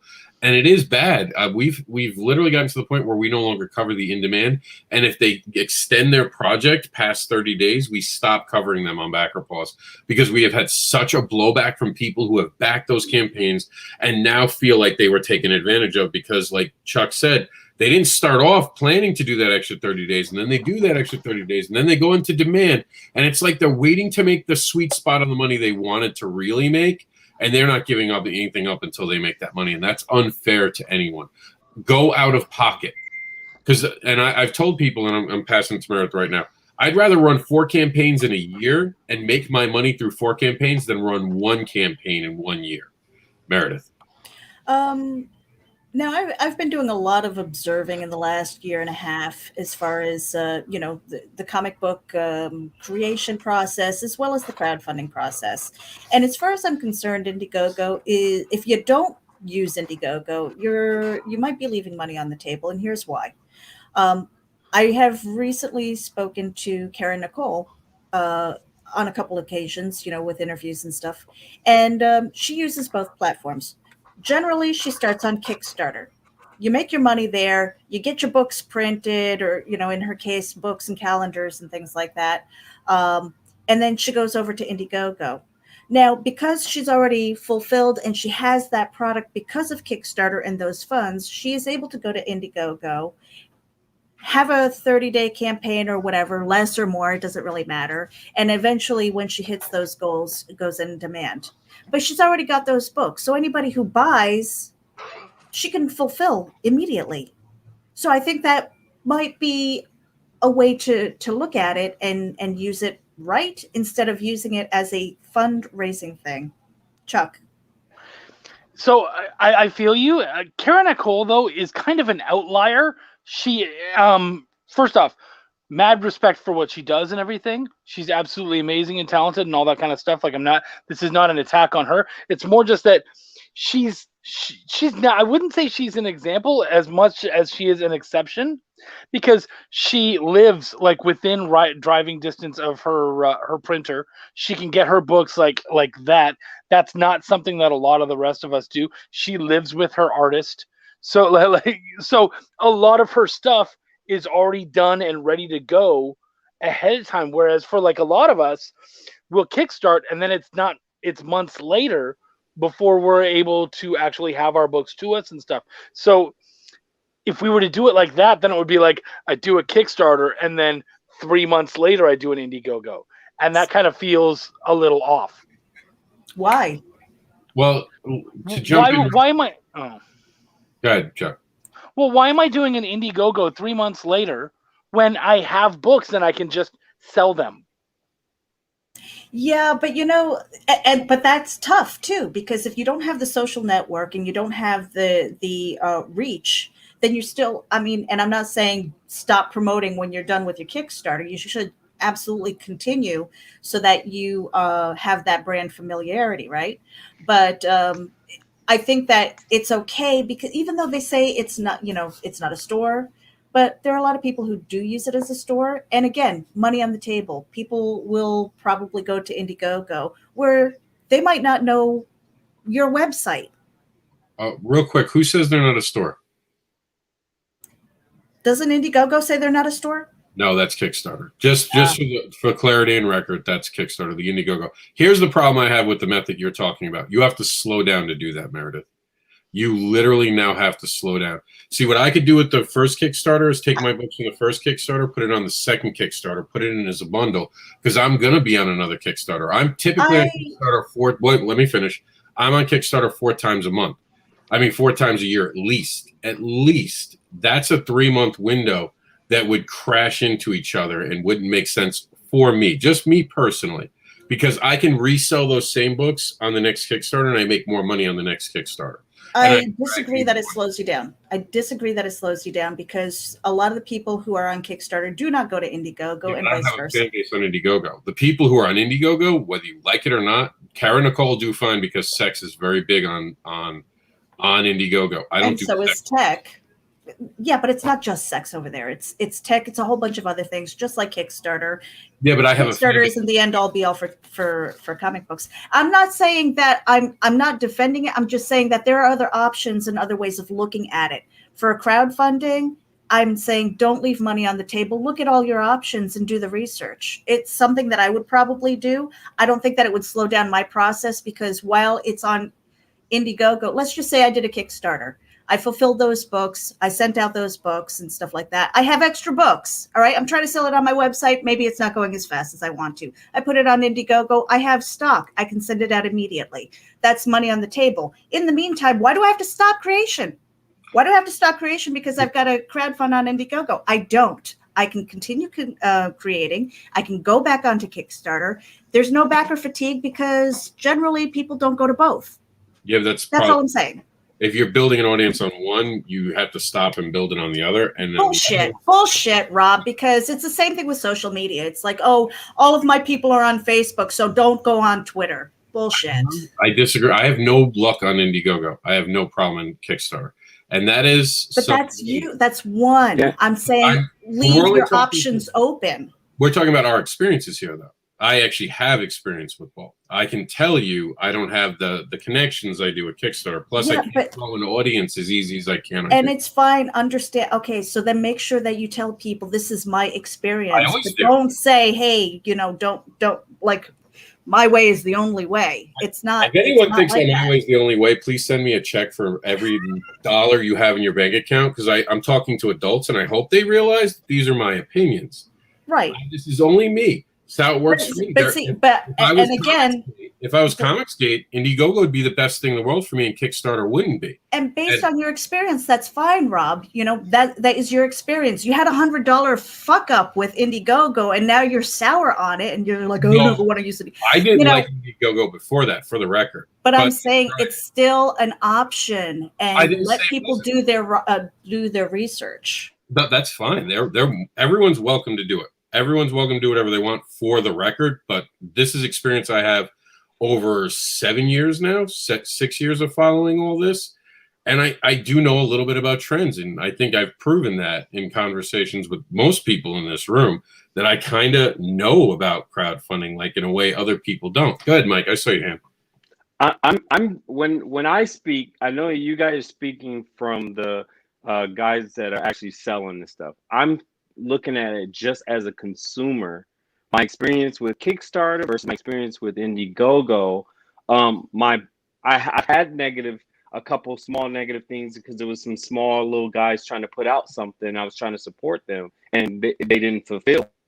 But Indiegogo is like, I'm constantly waiting as a consumer, that I forget I'm ever going to get anything. Like, and by 6 months out, I still don't necessarily have a product. And almost where it slips away. So as a consumer, I've had more bad that happened on Indiegogo than good.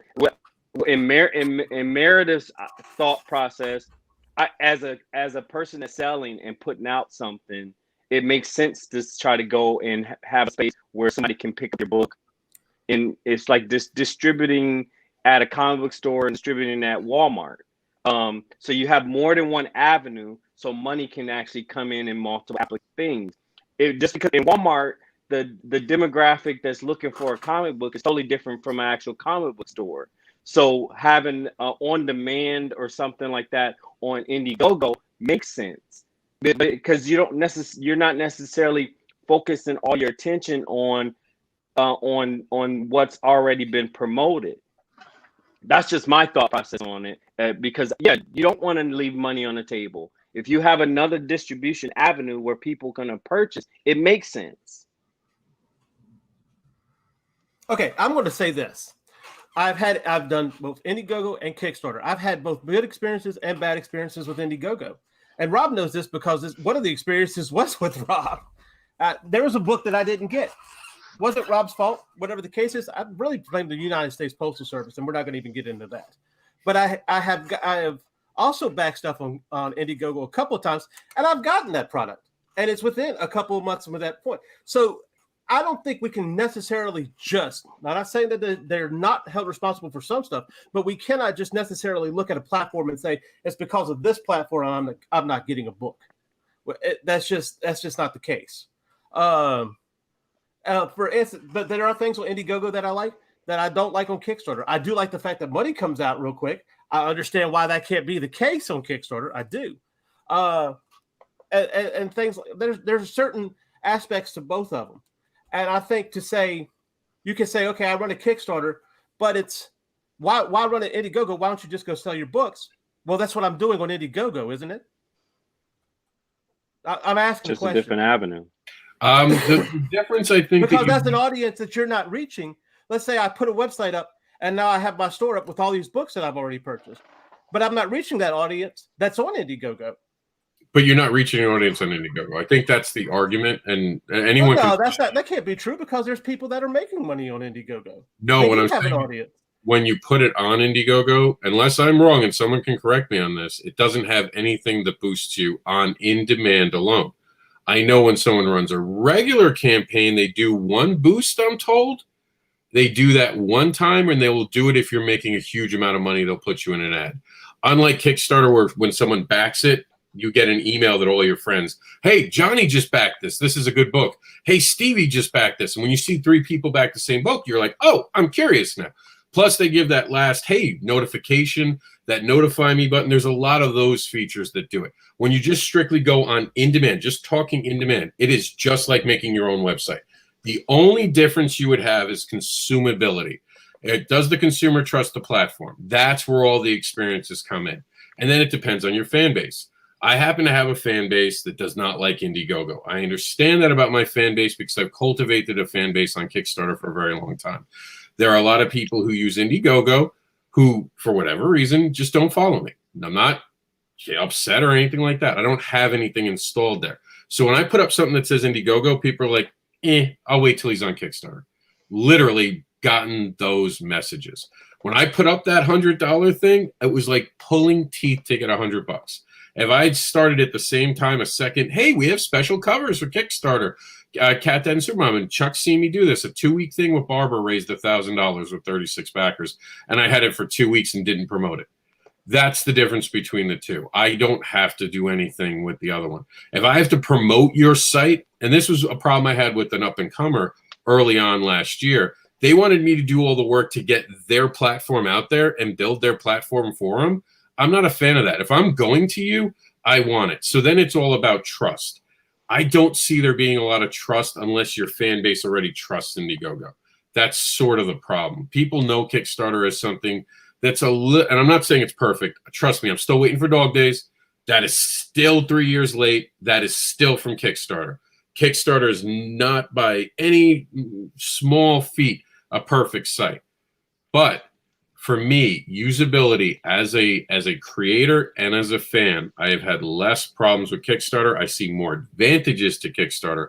And if I'm going to build a platform that's not going to help me, and we're talking in demand only, not running a campaign, I might as well run my own website and build my website, get people used to going to my website. That just makes more sense because then they can use that as a store. With that said, yes, having a store in a different location helps certain people. It depends on your bandwidth. Do you have time to promote that Indiegogo? Are you, because what I was telling Meredith before, what I was trying to talk about, I don't want to have to do an Indiegogo and have it compete with a Kickstarter. I want a clear message. This is where I am at right now. I want people to see me right here. I want them to know I'm there. That's a choice again, kids. This isn't written in a tablet, not coming from a high mountain. You know, I know people take my words like they're gospel. They're really not, just things that rattle out of this head and come out of this mouth. Sometimes I don't fully even think I'm out. And people said, you said this one time. I can that. Yeah. No, I get, yeah. What did I say? I mean, I started this show not wearing a shirt. Look who you're listening to sometimes, really, guys.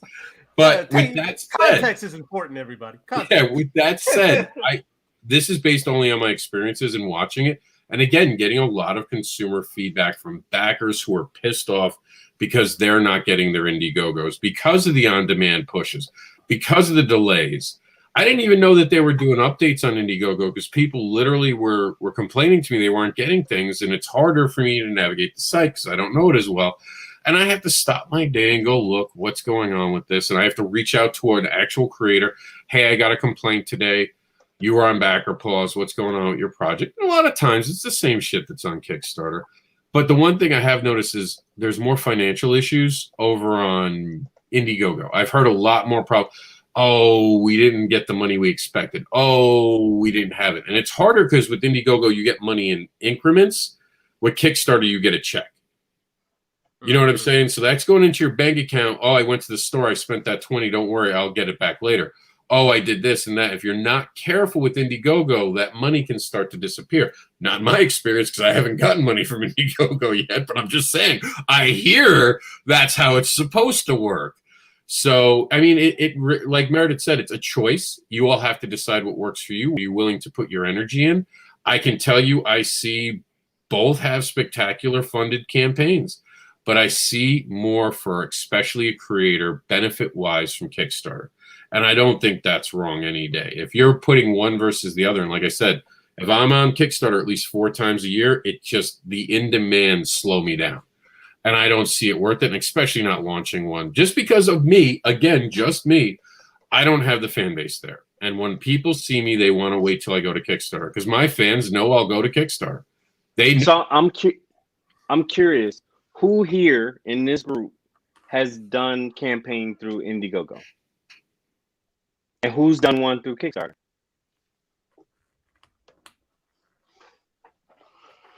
Kickstarter. I've been on Indiegogo campaigns, obviously. But you didn't run them, for the record. He means he was part of the creative process, but he wasn't. I've wanted to try that, doing my Kickstarter campaign, and then once that Kickstarter campaign ends, doing an Indiegogo campaign directly after. I haven't yet. I'm still trying to master Kickstarter, so focusing on that right now. But yeah, like Meredith had mentioned, like that seems like the way to go. I've seen a lot of creators do that. That the Indiegogo follows your Kickstarter campaign. And while those books are going to the printer and while you're waiting to get them back, you're just getting more orders. Now, I'm not, like Rob was saying, I'm not sure if there's just an audience on Indiegogo that's looking for new comics, as opposed to having to promote it yourself and bring backers to the site. If that's the case, that's, it's a little harder to do, but to tap into that built-in audience in Indiegogo that might find you from just browsing the site, it kind of seems like a no-brainer. Like Meredith said, don't leave money on the table. I do know Kickstarter. Anytime I have friends that I follow on Kickstarter, they tell me what they're backing. Or I'll get something introduced in this. It's specifically comic books. Even though I've backed other projects that are tech driven on Kickstarter, I don't get those notifications, but I'm constantly getting what new comic books are coming and what they have. So I'm able to click on and see stuff. But even though I've backed stuff on Indiegogo, I've never had a notification from anybody saying that they backed another project. Only thing I know on Indiegogo, some people I follow that's on Indiegogo, they post on Twitter that they're on Indiegogo. But as far as actually on being an email sent to me from Indiegogo or anything like that, I've never seen anything. I'm not saying it don't exist. I just don't know. Well, I don't. That's an interesting question. Let's go around the room. Do you guys trust or distrust either platform? C. No, Neutral? like I said, no. But see, this is coming from a buyer's point of view. No, I've not. I've not run one. No, not really. I haven't had, except for we had our experience.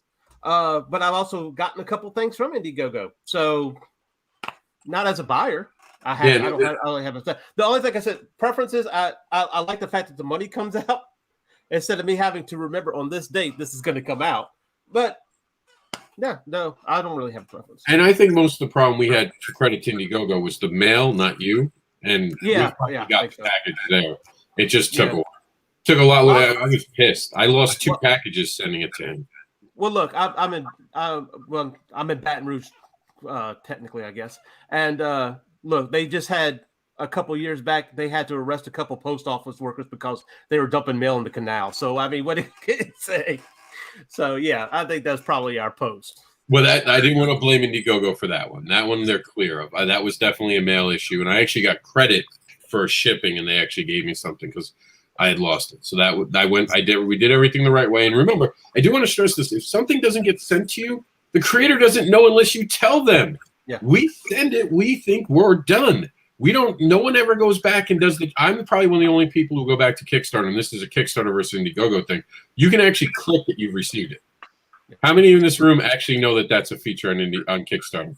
There we go. Mike knows. KJ and Mike. Yeah, you can literally say you got the book, and I pay attention to those. And if they're like Mike had told me recently that a young woman hadn't gotten Cat Dad from a year ago, I'm like, why didn't she tell me? And Mike was like, oh, she told me like months ago. I was like, why didn't you tell me? He's like, I gave her a book. It's no problem. I'm like, you should have told me. See, so in defense, I know you sent it out because you do you want to get this to the girl directly? And I said, nah, just send that straight over to her. So then I was like, yeah. Then she says, I never got it. I was like, she's just trying to get me to bring her one or something like that. That's a different story. So I was just like, you got it. Don't act like you didn't. No, I don't remember. So I was like, Rob sent that. So when I spoke to you and you did your research on it, the book got somewhere in the postal service. That was it. It just disappeared. Yeah. Walked away. It was the same thing with C's. I showed it to him. It had been mailed, and it was just, I don't know.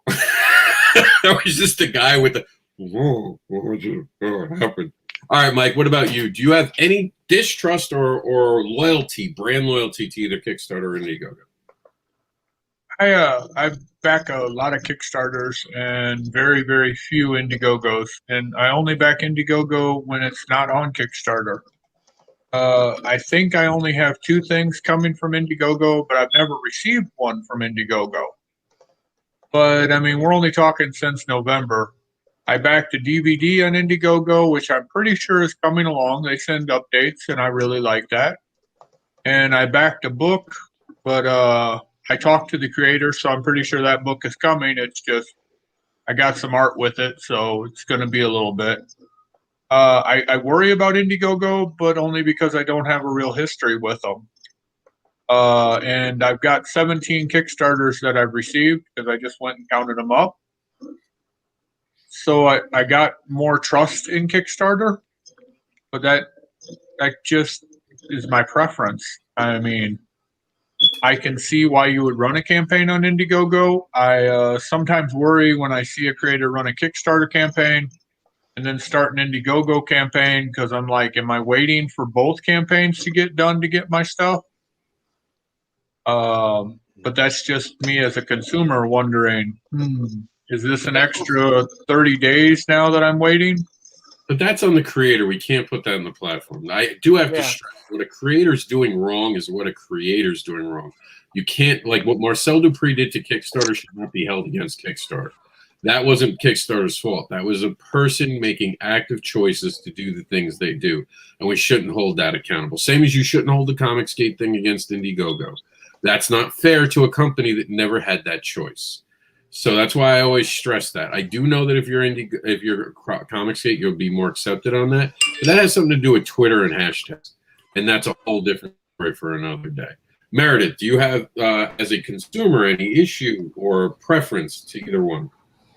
As a consumer, I don't have any issues. I mean, Kickstarter is a lot easier, but I can also get in trouble with Kickstarter because it's like, oh, I wanted to back this campaign, and I'm not looking at the calendar all the time. So when all of it's coming out, I'm like, holy shit, I need to pay my electric bill, you know?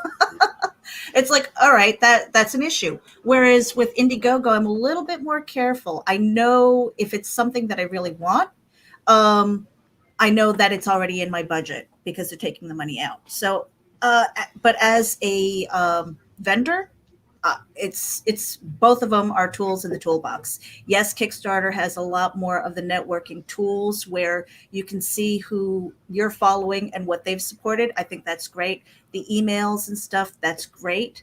But again, Indiegogo for me, it would not be my first go-to. And to what Mike was saying, I would be hesitant for a campaign that's on both platforms at the same time. I would wait until one was done if it was fulfilled, and again, use that as a tool to clean up. That's just me. Everyone's heard my tablets, so Chuck, what do you think? Everyone knows how I feel about it. You guys have seen how hard I run a 30-day campaign. I'm not running a 60-day campaign on that level.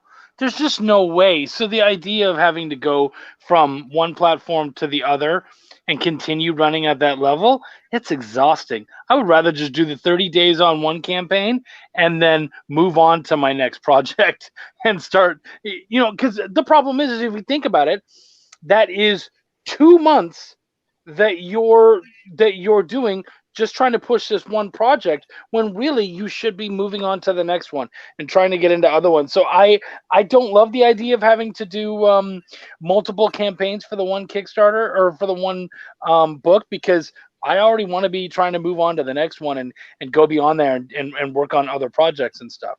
So for me, I would rather try to do it all in one shot and move on. What about as a backer, though? Do you have a as a backer? I prefer Kickstarter because I find that they're trying to push the books more by making it more of a social media site on its own. I get to have friends there. I get to see what my friends are purchasing, what they're interested in. I feel like they've done a more way of trying to make it a little more inclusive and get you excited about the projects rather than like with Indiegogo. I have backed stuff on Indiegogo, but Indiegogo hasn't brought me there. Indiegogo hasn't spoken to me. Indiegogo hasn't tried to show me any other projects or do anything like that. So why would I, why would I make that my primary point of purchase when Kickstarter's like, dude, we got it all here, man. It's right here. Look what your friend's doing. Look what this guy's doing. Look what that's doing. Look what they bought. Like, okay, cool. Yeah, man. Like, if I'm in this convention, why would I then just go over to that one because they're there? Nah, I'm good. I'm already getting it all here. And real quick, I know someone's messaging me if they're having problems that they put a comment and I can't see it. I don't know what's going on with StreamYard. I hear you. I'm sorry. I can't control why it's not coming over, dude. To answer the question that you asked in the messenger, because I'm not going to use your name, I don't know if you wanted me to or not. I'll always promote anyone's thing that they want to. Even if you have an Indiegogo, and just because I don't like the site doesn't mean I'm going to stop promoting Indiegogo. We stopped promoting the in-demand, and that was just time for the show and the new format of the show. Chuck on Kickstarter, Rocky Music. Oh. I'm not stopping to do Indiegogos. The rule that we made was if someone extends their project by 30 days, we stop covering it. The reason we do that is because, again, we get complaints then, because if they're late and we're still doing it, we wind up being part of it. I don't like being involved in this nonsense. It makes my life harder. I make these rules the best I can to show people transparency. I want everyone to be successful, no matter what platform they use. I just don't want to hear the bullshit that comes with someone else being late when I had nothing to do. It's a show, back or pause. I'm not part of those campaigns. Please stop acting like I have any control over them. KJ? Yeah, I think, like Chuck said, Kickstarter is a community, and there's such an emphasis on comic books that I haven't backed anything on Indiegogo yet. I've probably backed 60-some projects on Kickstarter. I think a lot of that, too, is the creators that go to Indiegogo instead of Kickstarter. I know that a lot of creators I know have gone to Indiegogo after their Kickstarter campaigns, but I guess haven't seen anything that I want to back on Indiegogo that has brought me to the site. As far as a creator, like I said before, I think that I'm probably doing myself a disservice by not doing a campaign after and leaving money on the table. But I feel like with a lot of things, you got to know what you're doing before you get into it. So I'm just focusing on Kickstarter. But yeah, again, like Chuck said, like Kickstarter is just such a comic community. It's like going to a convention. And I don't see that Indiegogo has that same sense of community, I guess.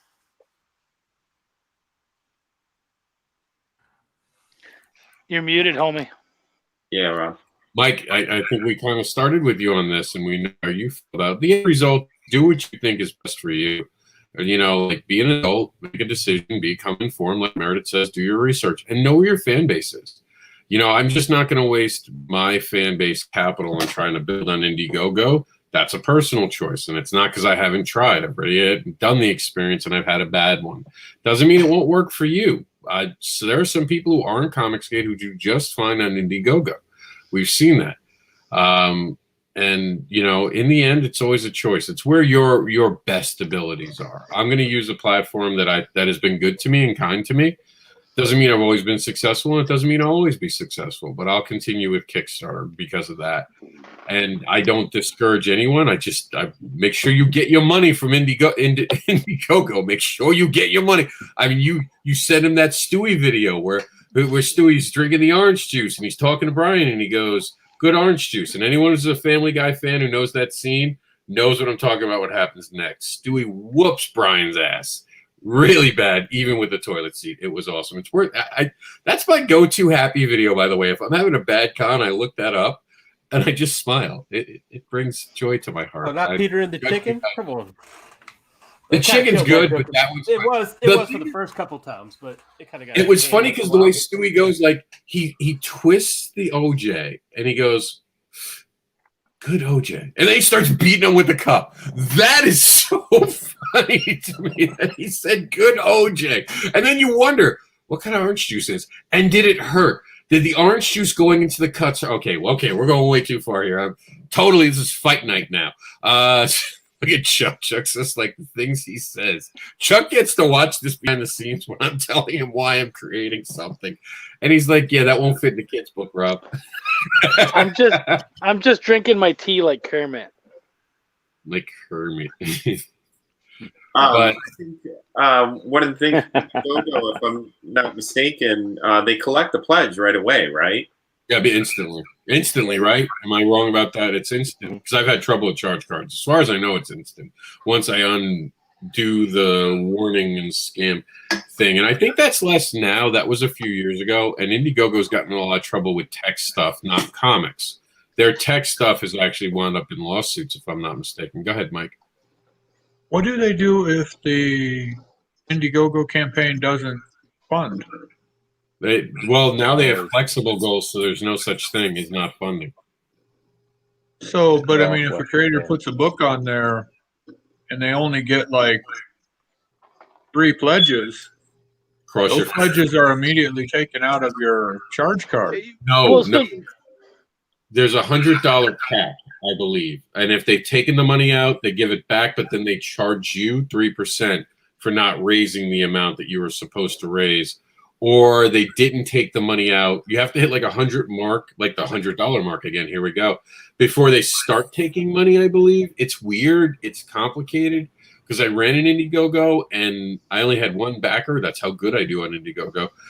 I had one backer. And it was the whole thing. I got you, Meredith. Give me 1 second. I went from Kickstarter to Indiegogo right away. Nothing. Crickets. One backer. They told me they never had the money taken out. So that would be an interesting question that we'd have to, I think, directly go to Indiegogo and ask them. But they don't get back to you. Go ahead, Meredith. Well, that's what I was saying about Indiegogo, though, is if you're using it as a tool for cleanup after the Kickstarter, let's say you're using that and you have books in hand and somebody buys your book on Indiegogo, you can deliver that. But that's why you have descriptions. You know, you're building your campaign in Indiegogo as well. You make it very clear. Hey, books are ready and to be shipped.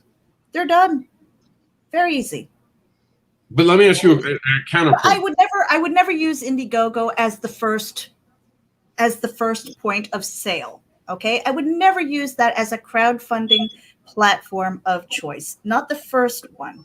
All right, that's cleanup, and I've been very clear about my opinion about that. It's cleanup. If you have books in hand, I think it's a great tool to reach the people who might not like the other platform. And that's fair. Yeah, let me ask you a counter question. Just curious. Why not just build your own site? I do have my own site. No, the problem is, like, how much energy are you going to have in building up your website? First of all, people don't understand that it takes, unless you know how to build up your own website, it takes time and money. Okay. And then you have to drive traffic to it. It's hard enough for people to build up their Facebook accounts. Try sending them to a website now. Try sending them to a store where they might not trust it. But that's what Indiegogo, at least from my experience, someone stop me if I'm wrong. You have to promote the hell out of Indiegogo like it's your own site. Sure. There is no tool. There is no nothing. So I'm asking you. Well, and that's why, that's why I'm saying it's cleanup, because on the off chance that somebody is doing a search and they find your book over there, you know, it's a search feature. I got you. Okay, that's whether it's that or not, and you know what, you can put it in, if this then that, or whatever automation that you want to do for your social media, and pop up a message every once in a while. Hey, my book's on demand on Indiegogo. Head over there. Or go to my website. It doesn't matter. If you don't have a website, guess what? You can use the Indiegogo. It's not a big deal, but it's a tool in the toolbox. Don't ignore it. So to change direction a little bit, because I feel like we've kind of beaten the fuck out of this dead horse, I wanted to ask, since we've all, those of us who do make and sell comics, or even those who now are going to be able to, in the year and a half since we were last able to go to shows, how different is your table? And how different is it going to be for fans who knew you at your previous conventions, now being able to step up? How different is your setup going to be as far as the books on your table, how diverse your titles are, all that kind of stuff? See, are you with us? Or Mike, I know you don't have a table yet, so we're just going to glance over you on this one. Meredith, do you want to take it? Because I don't think C's here. Yeah, no, I there don't we go. really have anything because as far as the table and stuff, I haven't done that yet. Okay. So I wouldn't. It doesn't apply.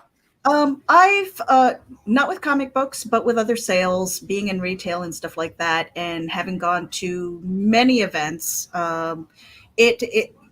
You have to have a really nice display. Now, you might not have a lot of stuff on your table, but you can have tchotchkes. You can do things to make it look nice. You know, whether it's your banners, whether it is placement, how you place your books and things like that. Have other things that are eye-catching that are there. I don't know if I answered your question, Chuck. Not really, but we're Okay. good. I still love you. No, the idea is, because I know that you didn't have one before, really, a table, or maybe I could be totally wrong. But the question more was, how has your table changed as far as what's going to be on it, what's it going to look like, that kind of stuff? Well, okay, so because it's not comics, because it's retail things, you know, marketing and whatever, just whatever content, you have to switch it up. Okay. And it has to, you really have to cater to the people and know how to market yourself. So it might not necessarily be the stuff that's on your table. I know that there are a lot of things like I write erotica. Is that going to be on a comic book, you know, at a Comic Con table? No, but it might be underneath the table. Okay. And so if anybody's asking, well, what else do you write? Just by having those conversations, like, well, I do have this book. It's for adults only and blah, blah, blah. How are you going to market that? Okay. Is it going to be on display? No, but you have to talk to the people. So it's not always what's on your table, but you can, by having those conversations and knowing what they like, what are their interests. And I know that Rob deals with that too, because he's got Barbara as well as Cat Dad and Supermom. Have you ever thought about, say, having like maybe a little sign on your table that says something like, you know, are your tastes more of the adult kind? Ask me, we might have something for you. You know what I mean? Like, have you considered doing something like that? Like more almost advertising? Because obviously, like, if a kid comes to you and is like, yeah, I want some erotica, you can be like, yeah, fuck off, kid. But Right. if, you know, so some older, you know, like let's say a nice lady in her 40s walks up and says, hey, I saw that sign. Yeah. What kind of stuff are we talking about here? Well, okay. I So guess now it's you all can. about, right. It's about your signage too, right? Yeah. And who you're talking to. So, I mean, if they have those questions, great. Would I volunteer it?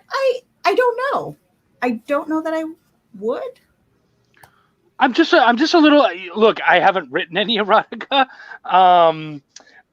so I haven't. And like I do have Barbara Unleashed, but the nice thing about Barbara Unleashed is I was just able to kind of put it up there, and if anybody saw it, they would go for it. Like, it's not like I had an awful lot of copies, so I wasn't trying to sell 20 copies in a time period, because I only had, you know, maybe 10 at a time. Yeah. See, and I think of it like, especially with adult material and things like that, you kind of have to have that paper bag or that barrier moment, you know, just to make sure that the kiddos are safe and stuff like that. That's why I thought the sign might be that. Right. If you have the sign and stuff and it's not too flashy, but Rob, you know, I'm going to pass that to you as far as how do you make sure that it's diversified, but safe for all ages when you're at a con, especially if you're bringing all of your books, because I don't want to leave I don't want to leave my books behind if there's a selling opportunity. First, I'm very hurtful to Chuck's comments, not knowing how to sell anything that's more adult tasting. Very hurtful. I never stated that at all. No, you're like, well, I don't really know how to deal with the adult stuff. Well, I don't sell a lot of it. I have one book that's adult. Now we know why. Because I don't write it. Now we know what. To answer Chuck's original question, my table's always changing. You know that. It's always morphing. It's always adding something. And it also depends where I am. Location, location, location. I've recently been given notes by someone that I'm going to be sharing the table with that I have to do certain things to make things a different way. So I'm taking those notes into consideration, and we're going to make it work. And that's how it is. You adjust in the moment of what you need to do and who you're doing it with, especially if you're teaming up. I've teamed up with a lot of people to do a lot of shows. And I love it. I love the challenge of a different table. I love how you're going to market things. I love that. As far as dealing with adult stuff, don't put tits on your cover. Don't put pussy on your cover, and you'll be fine. It's really that simple. I have a big sign that says free hugs and spanks. And if your little 10-year-old girl gets that joke, you have a bigger problem than me. The fact that your kid gets that joke is the problem. This is Bugs Bunny humor. The more risky covers that I do have don't get shown. And I've learned through experience, and it's not fair. I have a picture of a girl tied up. That's more racy than the guy who's got the girl's tits popping out, and he has two sales signs here that we all know. We see everything but nipple. But the con will talk to me over that guy. Horror, rip a girl's head off, show her esophagus draining out of it and her naked body underneath it. They'll let that stand up, but they won't let yours. And that's just the reality of the situation. And you have to be aware of that. My suggestion, walk around the show, get a feel for it, even read about it. I'm going to a show this year, and Mike's coming with me. I was deliberately asked to leave Barbara hidden. I could bring it. They don't want it displayed. They don't want me really talking about it, which means the free hugs and spanks sign won't go up. The fetish monsters and more sign won't go up. And I'm not mad about it. I don't care. I'm not twisted. I get it. That's your demographics. That's why you're supposed to read every town something's in. That's why I'm not going to anywhere in the Bible Belt. I will not be driving in the Bible Belt. I'm going to go to Texas, and I told Chuck when I go to Texas, I have to fly because I'm not driving that U-turn and getting pulled over with Barbara Beach books in the background. We'll go to Austin, and you'll be fine. Yeah, I have to go to, and I know that about, unless I did a Cat Dad and Supermom thing strictly. And with one issue, I don't want to be stuck with one issue because in some towns, Avocator could be too racy. In some towns, even Continuum could be too racy. Even my Monsters book, which I thought would have been more PG or PG-13, I was told because of the blood references that it could almost be an R-rated book. And I'm like, who's doing all these ratings? And those who have talked to me privately know I'm not a huge fan of ratings, but I believe in parents deciding things and going by a standard of it. Continuum Comics will be using the standard. It's going to have an adult wing. It's going to have a general audience, which we believe starts at 13. We believe the general audience is really supposed to be 13 and up. Parents can decide younger. That's what a parent's role is. And then we'll have a kids wing, which is, or I think it was 12. Was it 12, Mike, or Meredith, that we agreed with? 12 or 13, around there, right? The average age a kid starts reading a comic book on their own when they go to the store and buy it on their own. So usually 12, 13. Yeah. So, I mean, as the cultivator, it's not your job to worry about what kids are seeing as long as you're not putting blatant things in their face. Little things you can hide, handcuffs on a rack. You'd be amazed how many people ask, why is there a handcuff on your rack? A free hugs and spanks pin placed smallly on the right show that doesn't care. That perfect. Why is that there? And I always tell Mike this, my adult stuff has to go to the higher table. And if you ever come to my table, I actually raise where my flip book is. And not just because I have a bad back, but I raise it so a kid can't flip through. You have to be tall enough to be able to flip. So you're never going to get like a 6-year-old. And teenagers, I've told teenagers, you're not old enough for this, but here's this. So it's just, you have to be there. You have to be in the moment. You have to be ready to deal with it all. You're going to be in the general audience and you can't back down. I mean, I put up the word fetish. That's the indicator. These are my hints. I got very good with my signage to be able to do this stuff. I don't have to be blatant. I don't have to put a freak pole in my front and have a stripper on it to sell comic books. I subtly put the things out there and they call the audience to me. And while that might work, we still stripper poles could definitely work. I'm saying Belial would do really well with a stripper pole. KJ, what about you? I know you have all that adult material behind you. Right. No, all of my books so far, I kind of go with the old comics code. I personally think that the general audience for comics, is, as far as my experience, is probably around 8 is where that starts. I know that at 8 years old, that's when I started picking out G.I. Joe and Transformers comics. Or well, G.I. Joe first, and then Transformers probably around 9. So I kind of keep that in mind, though the reading level might be a little higher than 8 years old. I try and not have anything that's basically offensive to hand to an 8-year-old. You know, we look at Marvel, and most of their movies are PG-13. But I think that, you know, the younger kids that are watching it, they don't really understand everything. As far as my table, yeah, I'm going to have, I think, 4 or 5 new issues to have on the table this year. The last time I did a convention was September of 2019. So it's been a while. And I was averaging about 15 shows a year. So this whole pandemic has been hard on me because I really like to get out there and work face to face. And again, with having books that are geared, not written down to kids, but that kids are attracted to, you know, they buy them in person. You know, I don't know that kids have Kickstarter campaigns. I think it's, you know, you got to have a credit card to order online or your parents' permission. You don't have your allowance or some cash in your pocket that you can just plunk down on a $4 comic like you can at a convention. The biggest thing is just adding more books to the table. And I'm excited, especially with Sophia Saturn, because I only had 1 issue at the last show that I did. And now I'll have 5. And I think that'll be pretty interesting to see how the sets sell. All right, Mike. So I've done since 2017. I've done about a range of like 25 shows, and most of them were totally art driven. So it was either selling some fan art or selling some original art that I've drawn, or the stuff I've done with DC, Marvel, Topps, LucasArts kind of stuff. Now I'm excited looking a year past 2020 that I'll actually have sequential art, that I'll have a comic book that I can sell along with my actual original art and stuff that ties to that. I have my creations that are hashed out, and I can develop a different fan base because all my fan base before was my art.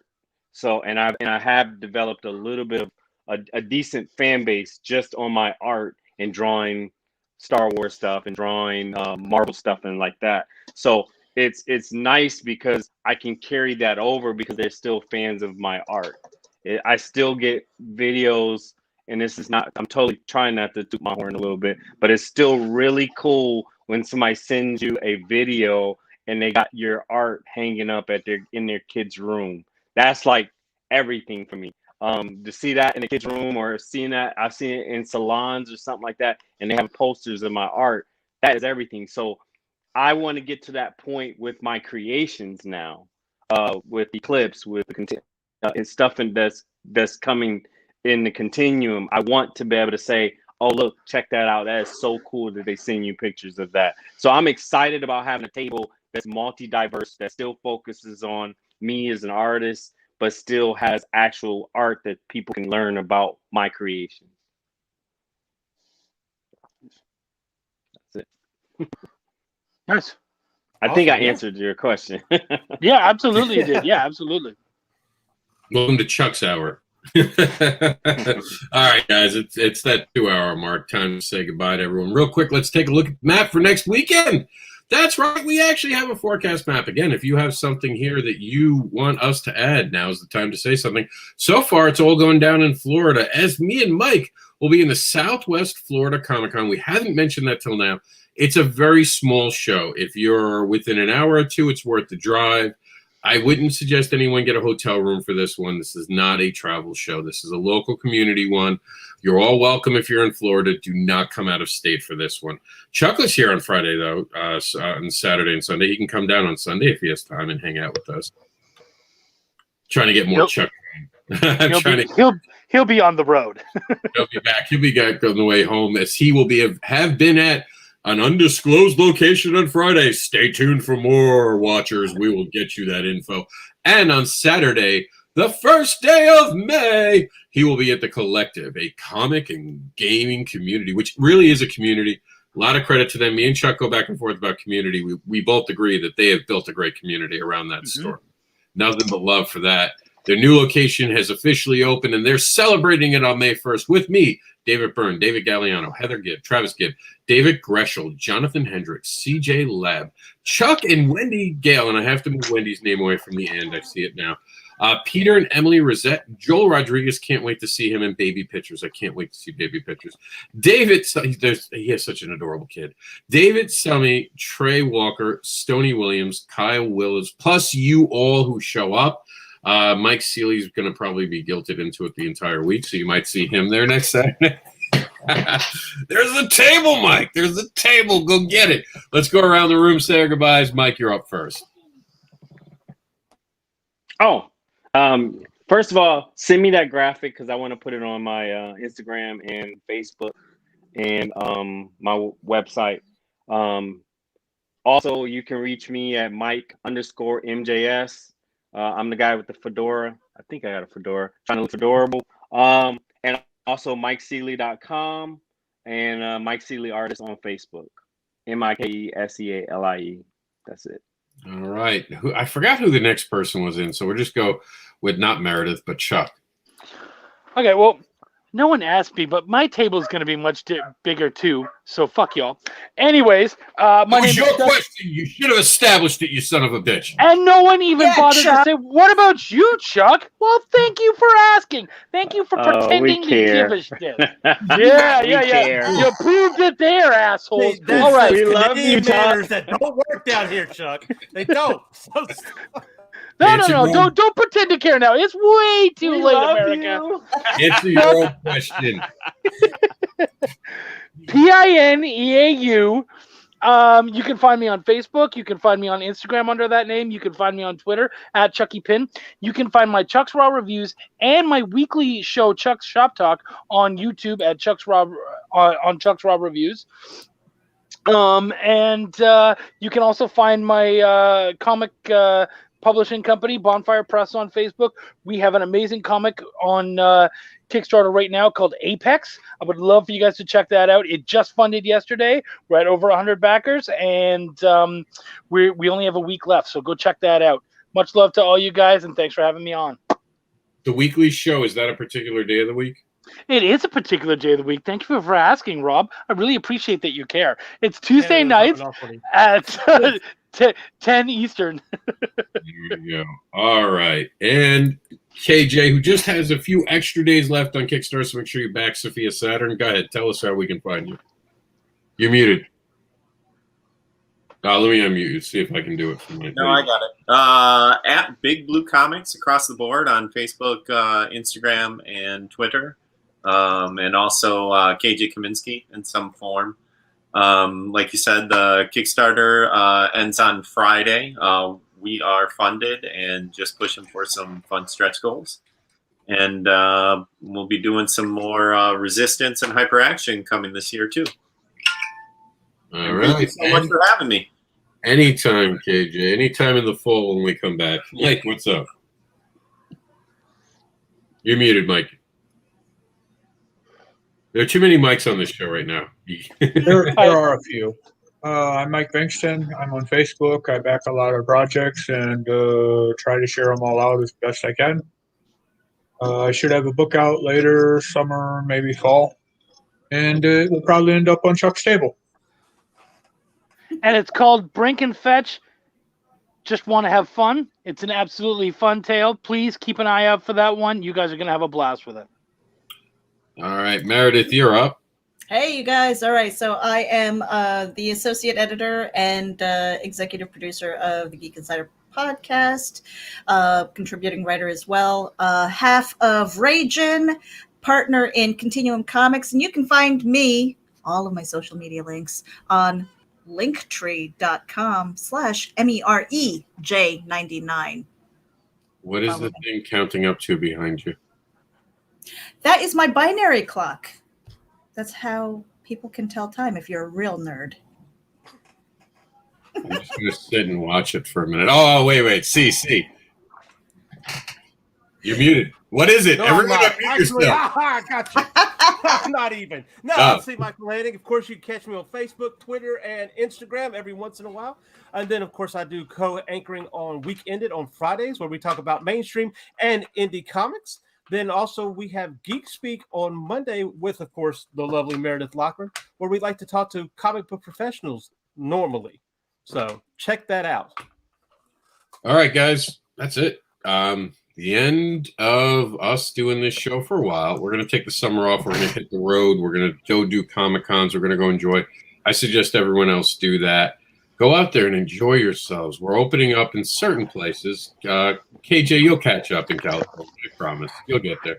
Texas is already completely open, so do whatever you want. Seriously, there's no laws anymore in Texas. It's like purge every day. And, Chuck's got Cujo in there with him. I appreciate everyone who showed up to watch these shows. We will bring Sunday Comics Brunch back in the fall when it will, I think, make more sense. Doesn't mean we won't try to go live. We're going to be going live from shows like we've been seeing in South Carolina. Those weekends of people going live are coming back. It's exciting. Go out there, enjoy yourselves. Build your own communities. That's the one thing, everyone should go out and make their community, their self-community bigger this year, because we've learned how important it is to have people in our bubbles. And the one thing that online did is it kind of isolated us. I mean, you think that you can meet people, but it's sometimes harder to meet people online, believe it or not, than in person. When you meet a person in person, you get a feel for them right away, and friendships just last forever that way, versus online where you come and go. So go out there, make new friendships, fall in love, get a broken heart, make a kid this summer on a vacation. Do what you got to do. Have fun out there. Enjoy yourself. We'll see you back here in the fall. And please be safe, respectful, and stay geeky. And that's it. We'll see you back here in the fall. Unless anyone of the other co-hosts have anything to say before we go away for a few months.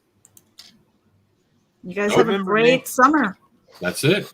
Cool. The Sunday Comics Brunch is out for break.